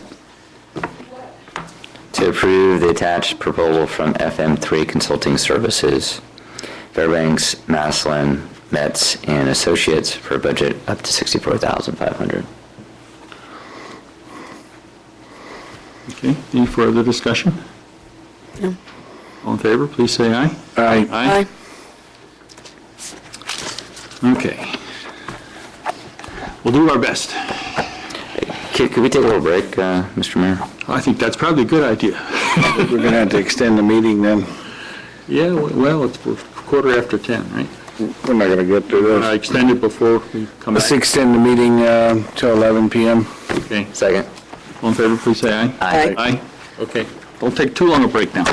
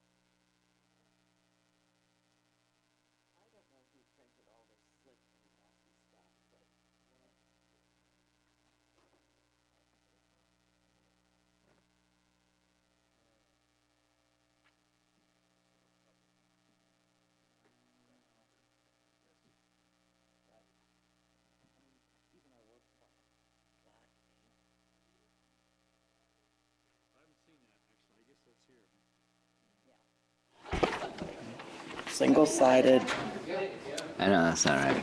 full black. This is such a waste.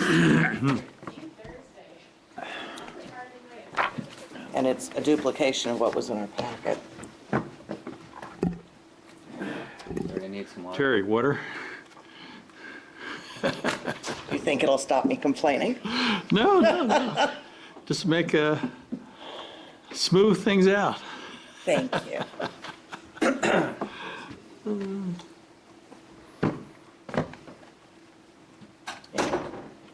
Pet peeve.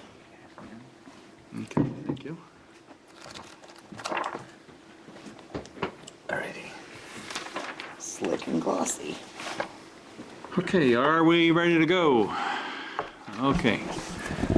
So, next item is the new business, dealing with a special municipal election. And I think the city attorney is going to take the lead on that. Well, I can just get us started, and then I think the city attorney wants to respond to some of the inquiry that came in from Okay, Kinder all Morgan. right, go for it. Tonight's resolution is, or tonight's item is to call a consolidated election for November 5th of this year to increase the business license tax for liquid storage facilities. This item has come forward to the city council after having had the city staff and the council subcommittee having had an opportunity to meet with Kinder Morgan on a couple of occasions to hear out some of the concerns that they had. We attempted to address that in the ordinance that's before you, so I want to just kind of highlight a couple features of it.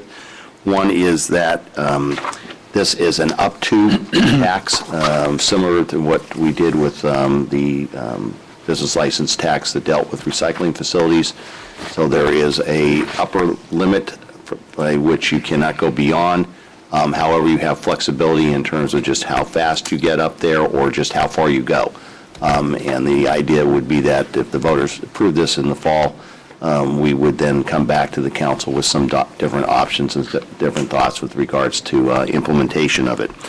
The second item was to allow for a sales tax offset, which we have done in our other business license ordinances, that allows for sales tax to be used as a credit against the business license if it's created on site. The difference in the nuance and perhaps the way in which this is kind of different than our other ordinances is that it's not company specific, but it's site specific. So if they generate, if in this case Kinder Morgan were able to generate sales tax by, let's say, with Chevron, then that could be used to offset the business license tax that they would be required to pay. So that's a couple of the kind of the unique features. As you are aware, we did receive a letter from a legal counsel at Kinder Morgan, and I'll ask the city attorney to respond to that. In addition to putting this on the ballot tonight, or making a motion to put it on the ballot, we're also asking the council to set up a subcommittee to work on the argument for. We have a date of August 16th to submit the argument for, and then we have an August 26th date by which we need to do any rebuttals. So with that, I'll turn it over to the city attorney. Thank you. Mayor and Council, David Kahn, City Attorney. As the City Manager mentioned, there was a letter from Nancy Van Brugel, who's the Assistant General Counsel for Kinder Morgan. She submitted a letter to the City Council dated July the 26th, in which a number of concerns were raised with respect to the proposed business license tax and the impact it would have on Kinder Morgan. Some of the concerns were that it would be too large of an increase, that it was an arbitrary tax, that it was an excise tax on property, and that it was confiscatory, all of which, of course, would be serious concerns for the tax, if accurate. I did have a chance to take a look at the allegations or the concerns that were in the letter, to take a look at the relevant California cases and precedent in terms of what a city is allowed to do in imposing a business license tax. And without going into the actual cases or citations, I did again have a chance to look at the allegations and the concerns, and after reviewing the legal authority and precedent, I believe that the City Council does have the ability, under California law and relevant precedent, to impose, well, at this point it would be to place the matter on the ballot for the election pursuant to Proposition 218. What's significant, again, as pulled up by the city manager, is that this is not a tax that will take effect upon approval of the ballot measure. It is an up to or not to exceed tax amount. At some subsequent point, there would be further discussions with the council, at which the council would make a decision, at which point up to the maximum the tax would be set at, and further discussions with the opportunity for Kinder Morgan to participate in those discussions. So in sum, the measure is an appropriate measure for the council to place on the ballot. We'll be happy to answer any questions the council has.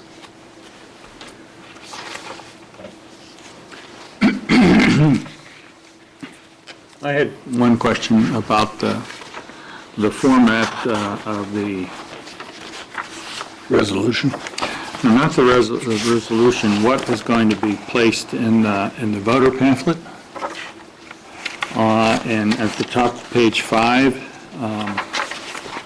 it says the full text of the ordinance shall not be printed in the voter information pamphlet. And I guess I'm wondering why that decision was made. Is that typical, or, because I recall from the state, you get, a lot of detailed information on initiatives, and, all sorts of stuff goes on for pages and pages and pages. Are we doing this, is this more typical at the local level, or is there a reason for this? Or? It's fairly common at the local level to not include the entire text of the actual ordinance in the voter information pamphlet, primarily because of cost considerations. When you have an ordinance or a proposed ordinance that is fairly lengthy, then because the city would pay the county based on the number of pages in the voter pamphlet, it's generally much more expensive to print the entire measure, and what happens is that the reference the citizens are given is to the clerk's office, to the website, where the full language is available. And in this particular case, the language is not that long. It's not one of these ordinances that is multiple pages. So the cost differential would probably be fairly small if the entire proposed ordinance was to be printed. But in terms of your question, is this typical? This is very typical for public agencies not to print the entire measure in the voter pamphlet. It just seemed to me that since it is relatively short, that, why not print it in the voter pamphlet? It's, the city clerk says that it shouldn't be that much more to print the entire measure, and if the council would prefer that the entire measure be printed as part of the voter information pamphlet, then we can certainly change that to include that the entire measure be. Talking all evening about transparency, and so to be consistent with that, something that's not going to cost us that much more, why not? No, and it's only going to Brisbane residents, That's right. so not San Mateo County. That's correct. Other questions? No? No, I agree with that, printing the whole thing in there, so. Okay, and we just have council questions, and then we have public, and are we finished with the council questions? Yeah, I will make one comment, is that, I did read the Kinder Morgan letter, and I also read the city attorney's response, and I agree wholeheartedly with the opinion of our city attorney. I know we have someone we've met before. Please come. Evening, your mayor. Evening. Fellow council members. I think, first of all, let me introduce myself. I'm John Lynn Smith. I'm outside counsel to Kinder Morgan. We did meet Mr. Mayor and Cliff, council member, we did meet, and Clay. Right. I appreciate it. And there was a series of correspondence with Kinder Morgan. I also wanted to apologize to Gary Prim, who you also met, couldn't be here tonight. His flight was actually canceled. Apparently, there were weather delays coming into San Francisco. So, in any event, we had hoped that he'd be here. He could probably answer more of the financial questions if you had any, because Gary is our controller. But our concern, first of all, let me say that we did write, or Nancy Van Bergel did write the July 26th letter. My understanding it is part of the record of these proceedings. We would ask that it be part of the record of these proceedings. That's correct. And I think I did listen to your city attorney. I think on some of these aspects, we're going to just have to agree to disagree. Our feeling is that there are defects in the way that it is structured, your resolution and the ballot measure and the tax itself. I'm not sure that the fact that you can go from X number of dollars up to a maximum really cures the defects that we're concerned about. There's no reason why you couldn't go up to the maximum at the first initiation of the tax, for example. But in any event, it's still going to amount to probably a several % increase in the taxes that Kinder Morgan currently pays, or SFPPLP. And with respect to the on-site sales, you know, SFPPLP is a regulated entity regulated by the California Public Utilities Commission. It's a terminaling facility. All it does is store the product. It doesn't own the product. It doesn't sell the product. Product comes in from a series of lines or trucks or distribution points, and we hold it in the terminals, mostly for sales by those companies like a Chevron or a Shell to San Francisco Airport or to other facilities around the Bay Area. So we really don't have an opportunity to control that aspect of the impact of the sales tax, or the business license tax, if you will. There were points of sale, or point of sale there many, many years ago, beyond, you know, anybody in our company's memory, or at least participation. We've been on site for about 40 years. We do pay the business license tax. We pay a certain percentage over gross revenues of a certain amount. We pay the property tax. We have a deal with you guys for a building that you use, and I think that lease is not up until, I want to say, 2027. So we feel we're making a contribution, don't really have an opportunity to impact the tax at all through the point of sale, because, like I say, it's not our control. So we still feel that it's a company, not an industry, that's being targeted by the tax. We did have some discussions about how there was a feeling that it was a blight. We're hoping that the tax increase is not a measure of animus toward the company. We do feel that if it is that, or if there's a basis for that, or an argument for that, it does amount to a conduct that would be discriminatory or capricious or arbitrary, as we said in our letter. So we're at a loss here for doing anything other than really opposing this tax. We're disappointed, I think, that our discussions came to an end. But nonetheless, we did take our position. We wanted to articulate that position to you, and we wanted to answer any questions that you may have. So that's what we're here for, and we're certainly open to further discussions. Questions? You know, I do have, if I may, Mr. Mayor. Yeah, that's too bad about the sales tax thing, because, I mean, that was something that we hoped, you know, could offset, you know. Yeah, I appreciate that, but there's not, I mean, it was just it's beyond our control, so we just have to look at it as a business license tax. Yeah, and I want to make it clear that I know in the meeting that the city manager said the comment about blight, but that wasn't a comment that came from the council, so I just wanted to, you know, state that for the record. Okay.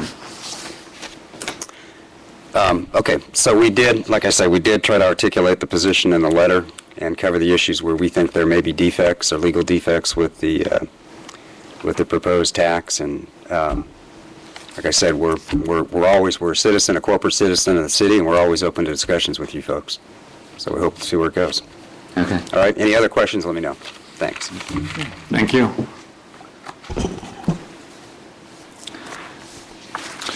Okay. So, I think what we do this evening is kind of driven by a time schedule? You want to articulate that? That's correct. Because this is a general tax issue, it needs to be consolidated with a general election for the council, which is in November.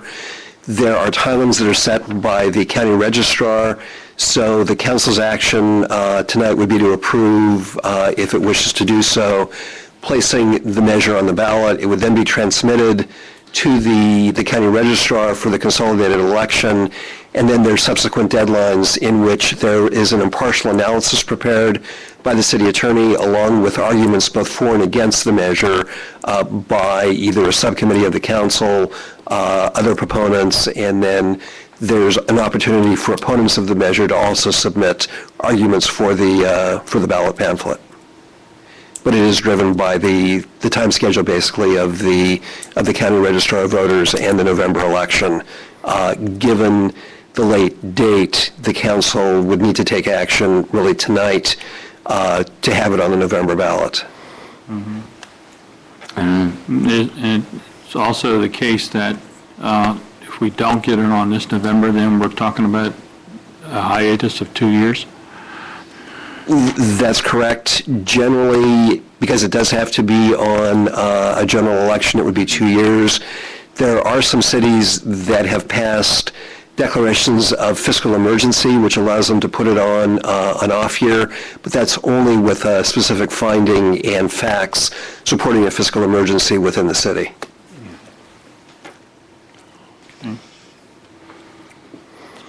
I'm ready to make a motion to approve it. If there isn't any further council discussion. I'll second resolution number 2013-28. Do also, the subcommittee, we need to, okay, as well as appoint a city council subcommittee of 2 members to We draft. need to do that before we vote on it, right? Because there's Oh, we do spots. first one and then come back the next one. Okay, you're right. Right, there are empty spots in the, right? That's correct. Passing for the subcommittee, right? So we need to fill those in, I guess. Oh, okay. So who are our most eloquent people? Oh, well, you know, everybody is. Leave me out, I'll put swear words and stuff like that. We're just, I don't know, Terry, I think the 2 in the middle who've been doing this the whole time, I think they're probably, what do you think? I think they could do a fabulous Yeah. job. Yeah, on this, so. So, You've kind of been the subcommittee on this for up to this point, and, I would certainly entrust that you guys come up with the argument. I'm sure that we get to review before it's approved, so. Do we have time for that? No, actually, I think We don't. Yeah, that's the problem. That's why the names have it's August 16th, and your next meeting is August 19th. 19th. Yeah, right. I mean, You have to trust us. I trust you. I think we can trust you.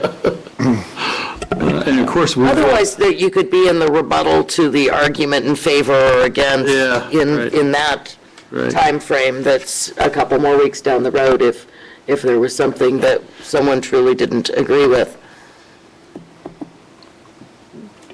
Are you guys okay with it? Yeah, sure. Okay, Yeah. Do the best we can. so do you want to? Nothing's perfect.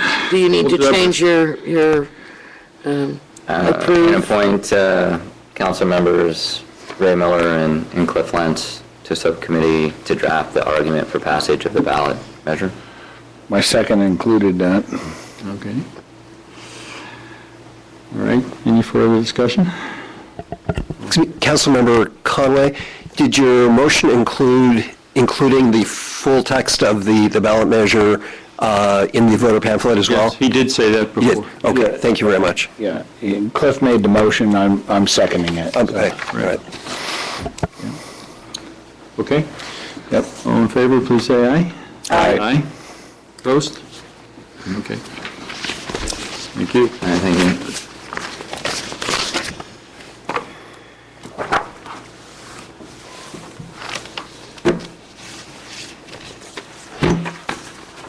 Okay, then we have the contract for the financial software.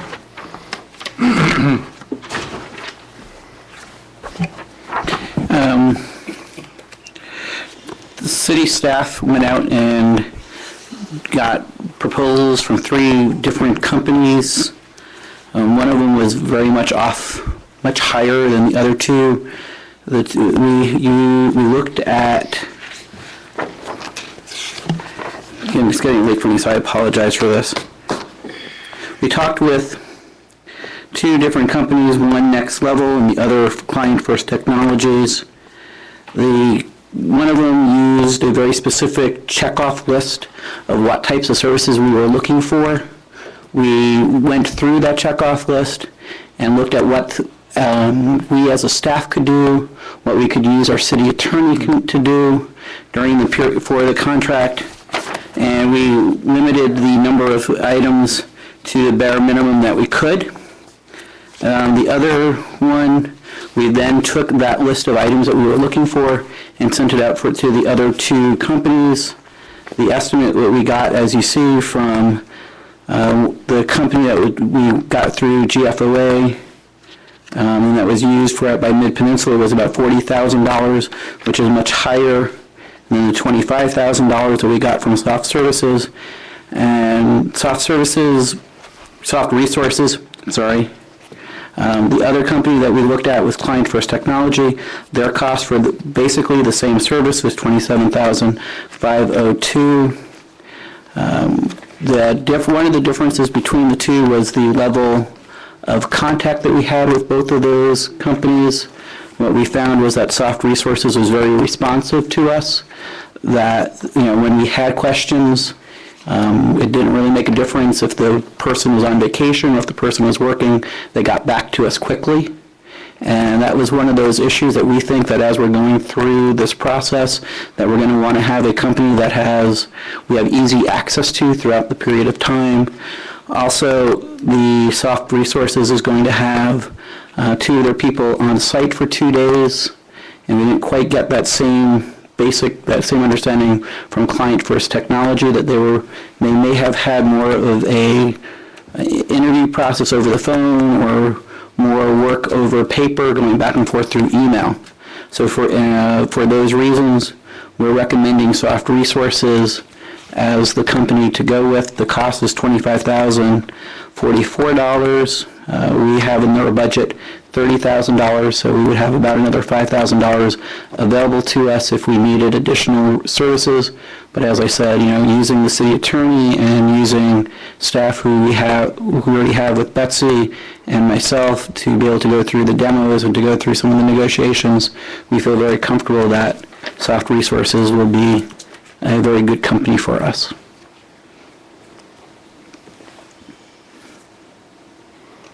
Questions? If I could, before... Sure. I'd like to make a motion to approve the contract with Soft Resources. I did want to make a couple comments. And I talked to staff about this earlier, that while we were attached the proposal from Soft Resources, we were not given the proposal from Client First. And I thought that since both were evaluated, that should have been included in our packets. I did talk to staff, and I am comfortable with their choice, but it does still appear to me that the Soft Resources bid of $25,044 doesn't include contract negotiations, which is going to be a time and material, and the Client First does include contract review and negotiation. And there is a couple $1,000s difference, but if we're looking at time and materials, that can be absorbed very quickly. So I did want to point that out, and my concerns for that. If staff feels confident that their contract negotiations are going to be handled in-house with our current city attorney and financial staff, and they feel it's a better company. I'm sure it is, but I did want to point out that they are a little bit different, and I would have appreciated seeing that proposal attached to my staff report. The next time that we have proposals this close, we will do that. From a perspective of if we use soft resources, their hourly rate's about $175 an hour for the staff that we would use. I don't, the proposal for Client First did not have, more than 5 to 10 hours worth of staff, their time with the negotiations. So even if we were to use soft resources for some of that negotiation, it would still be less expensive. But given the experience that Betsy's had in dealing with software companies and dealing with David's experience with doing this type of work in the past with other contracts, so we feel very comfortable that we'd be able to do it with our in-house staff. And, it's just the phrase time and materials always scares me because, it's the blank check. It's the blank check in the contract, so. Right. Our goal is to make this as least expensive for the city as possible and get the best possible service. It's one of those things that we're very cognizant of, especially in the finance department.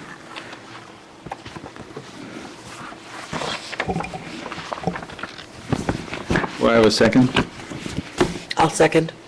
Okay. Any further discussion? All in favor, please say aye. Aye. Okay, Stuart. Staff reports.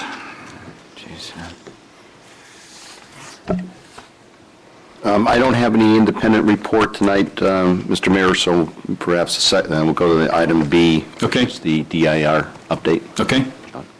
Yes, just very quickly, provided an update to the city manager, which explains the activities that have occurred over the last couple months after the release of the EIR in June. There were a number of informational meetings that were held by the EIR consultant to explain the content of the EIR. And there have been a couple of other informational meetings that have been attended. The BBCAG, the EIR consultant attended. I provided a presentation to the Visitation Valley Planning Alliance. The various boards and commissions of the city are reviewing the document, and as is the Citizens Committee. So those are all ongoing activities. We distributed the document to over 50 public agencies for their review and comment. We have dispersed over 30 copies of the document to members of the public, in addition to people who may have accessed it online as well. And we're continually trying to improve its access by making it available on different formats, which are all available on the city's website. So it's been put in an audio form, so you could listen to it theoretically, and I'm not sure why you would do that, but I'm sure there's a good reason. And there are people who are doing it while commuting. Exactly. So it's available in that form, also through Google Translate to be translated into various languages as well. So we're doing our best to maximize the access. The last thing that's kind of the next important milestone is, as you had a discussion earlier this evening about the comment period closure is currently scheduled for October. It sounds like you'll be considering extending that at your next meeting. We were going to have, and we will still have, public meetings scheduled to take public testimony for comments on the draft EIR. It's our feeling that those meetings, the schedule has always been for those meetings to be held 3 to 4 weeks before the close of the comment period. So if the council were to extend the comment period, we would push out those meetings to accept public testimony as well. So you would just subtract 30 days from whatever date you set as a close, and then we'd try to work around the schedule to have the public meetings to take testimony at that point in time. If it ends up around a holiday season, obviously we'll have to adjust that accordingly. But the point is not to have a set of comments taken and then have an extended period go by where people feel compelled to either repeat those comments, duplicative verbal comments to be given. So trying to keep it in one session. We're working with the Planning Commission, trying to schedule we'll look at about 9 hours, we thought would be a good starting point for the amount of time to allot for that process, to be determined with the commission, but try to do it in a block of time again where it's probably 3 nights in a row during the week. So again, those dates will be determined once the council sets the close of the comment period. So that was just an update I provided to the city council and to the city manager, so I'd take any questions you might have. So you have a format in mind for the public input sessions? We'll work with the planning commission chair, but my expectation is she would poll, see how many people are willing to speak or interested in speaking, figure out it's a 3-hour block of time that particular night, and start dividing up the time based on the number of people who are interested in speaking. But I was also thinking whether it makes any sense to say, okay, comments on chapters 1, chapter 2, chapter 3, do it in any kind of systematic way like that, or let just people comment on anything they want to across the board. My expectation would be for people to be able to comment, because once someone maybe starts getting into the flow of their comments, it's very hard to, maybe determine based on how the document's structured where they are in the document, and I don't know that we want to be, the chairman wants to be in a position of stopping people and then letting them start. So probably let them speak their piece at a single period of time. And if they felt the need to take more time, whatever the allotment was, obviously the opportunity for other nights to come back and continue as they need or see fit. Okay.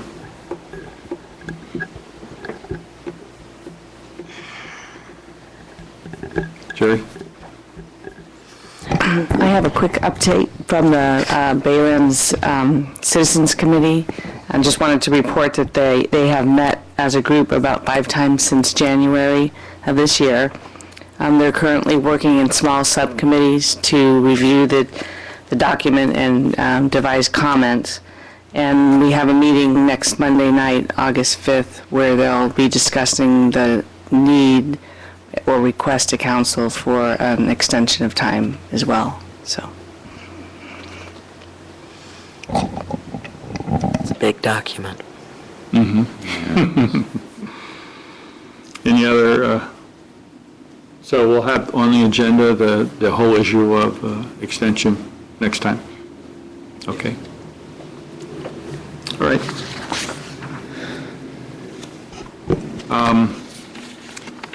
So, work plan, I mean, do you want to postpone that maybe until next time? What do you want to do? What's the agenda look like next time?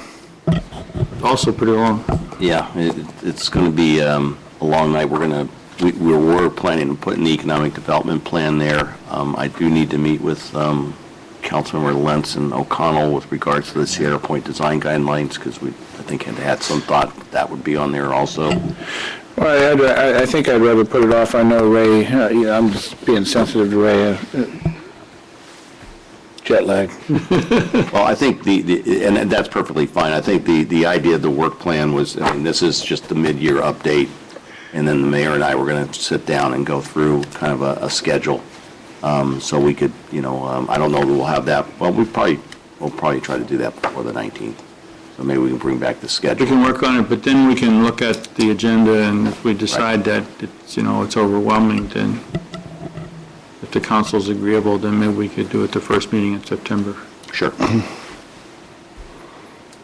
That's fine. Okay. All right. Move on to mayor council matters. Countywide assignment reports or subcommittee reports? This Friday, we have I think it's with the Peninsula Cities Consortium on high-speed rail. Meeting here at City Hall at 8:30. So is, of course, open to the public. It's not a decision-making body. It's just an information-taking body, and to receive updates. I believe we're going to meet probably Wednesday beforehand. I think the city manager is going to update us on 4th and King station. So that information, I think, will be shared at that meeting. So And so the next two meetings are going to be held here in Brisbane. So we didn't have one in July, so okay. it's open to everybody. So this is Friday, this coming Friday? This coming Friday. And at what time is the meeting? 8:30 a.m. Yeah, 8:30 a.m. Friday morning, okay. And I think we can record it, right? Yeah, we haven't in the past, yeah. Yeah, I mean, it doesn't cost us anything to record it or even televise it, right? Because we just use the one camera, right? Yeah. I think it's worthwhile, at least, getting the audio, if anything, on, and maybe be able to put it on our station, so kind of informs the citizens of what's going on, especially with the potential impact of this Fourth and King situation, so. Okay. And that's really all I have, because all the other ones had been, Recessed. yeah, Okay. taking July off. Yeah, right. Terry? No report? No report. Okay. Cliff? No. No? Okay. I have one quick report. You may recall I was meeting with the homeowners associations on the Northeast Ridge, and after our last meeting, I did the third one with Landmark, which was held in the library. But despite that, there was pretty good turnout. And so we had a very lively discussion. That particular group, every group was different as to what they were concerned about. But the Landmark people, the primary concern was the issue of the school district wanting to send the kids from the Northeast Ridge to Panorama. And there was a lot of people there who wanted to talk about that and wanted the council to have something to say. And I was trying to inform them that, we're sympathetic to their concerns, but it's really the school board that has to make that decision, not us. But there was a lot of concern over that issue. As there should be. Right. Yeah. But anyway, that was the big issue. We talked about all kinds of things and lots of questions, but that was the thing that people were really passionate about. Yeah.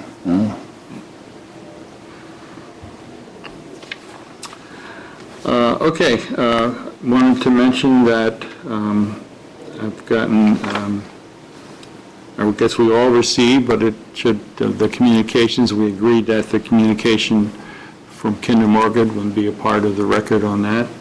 We've gotten 3 communications on the skate park, 2 in favor and 1 against. And then we had the letter from the Open Space and Ecology asking for the extension of time to review the draft EIR. And we come to oral communications number 2, and since the room is empty, I assume that there are no takers. And so that brings us to adjournment, and of course we agreed that we'd adjourn in the memory of Anna Lou Martin, and what's Cooper's first name? Les Cooper. Les Cooper, okay. I guess it's nighttime. We really adjourned. I knew it was happy. All right, thank you all. Okay.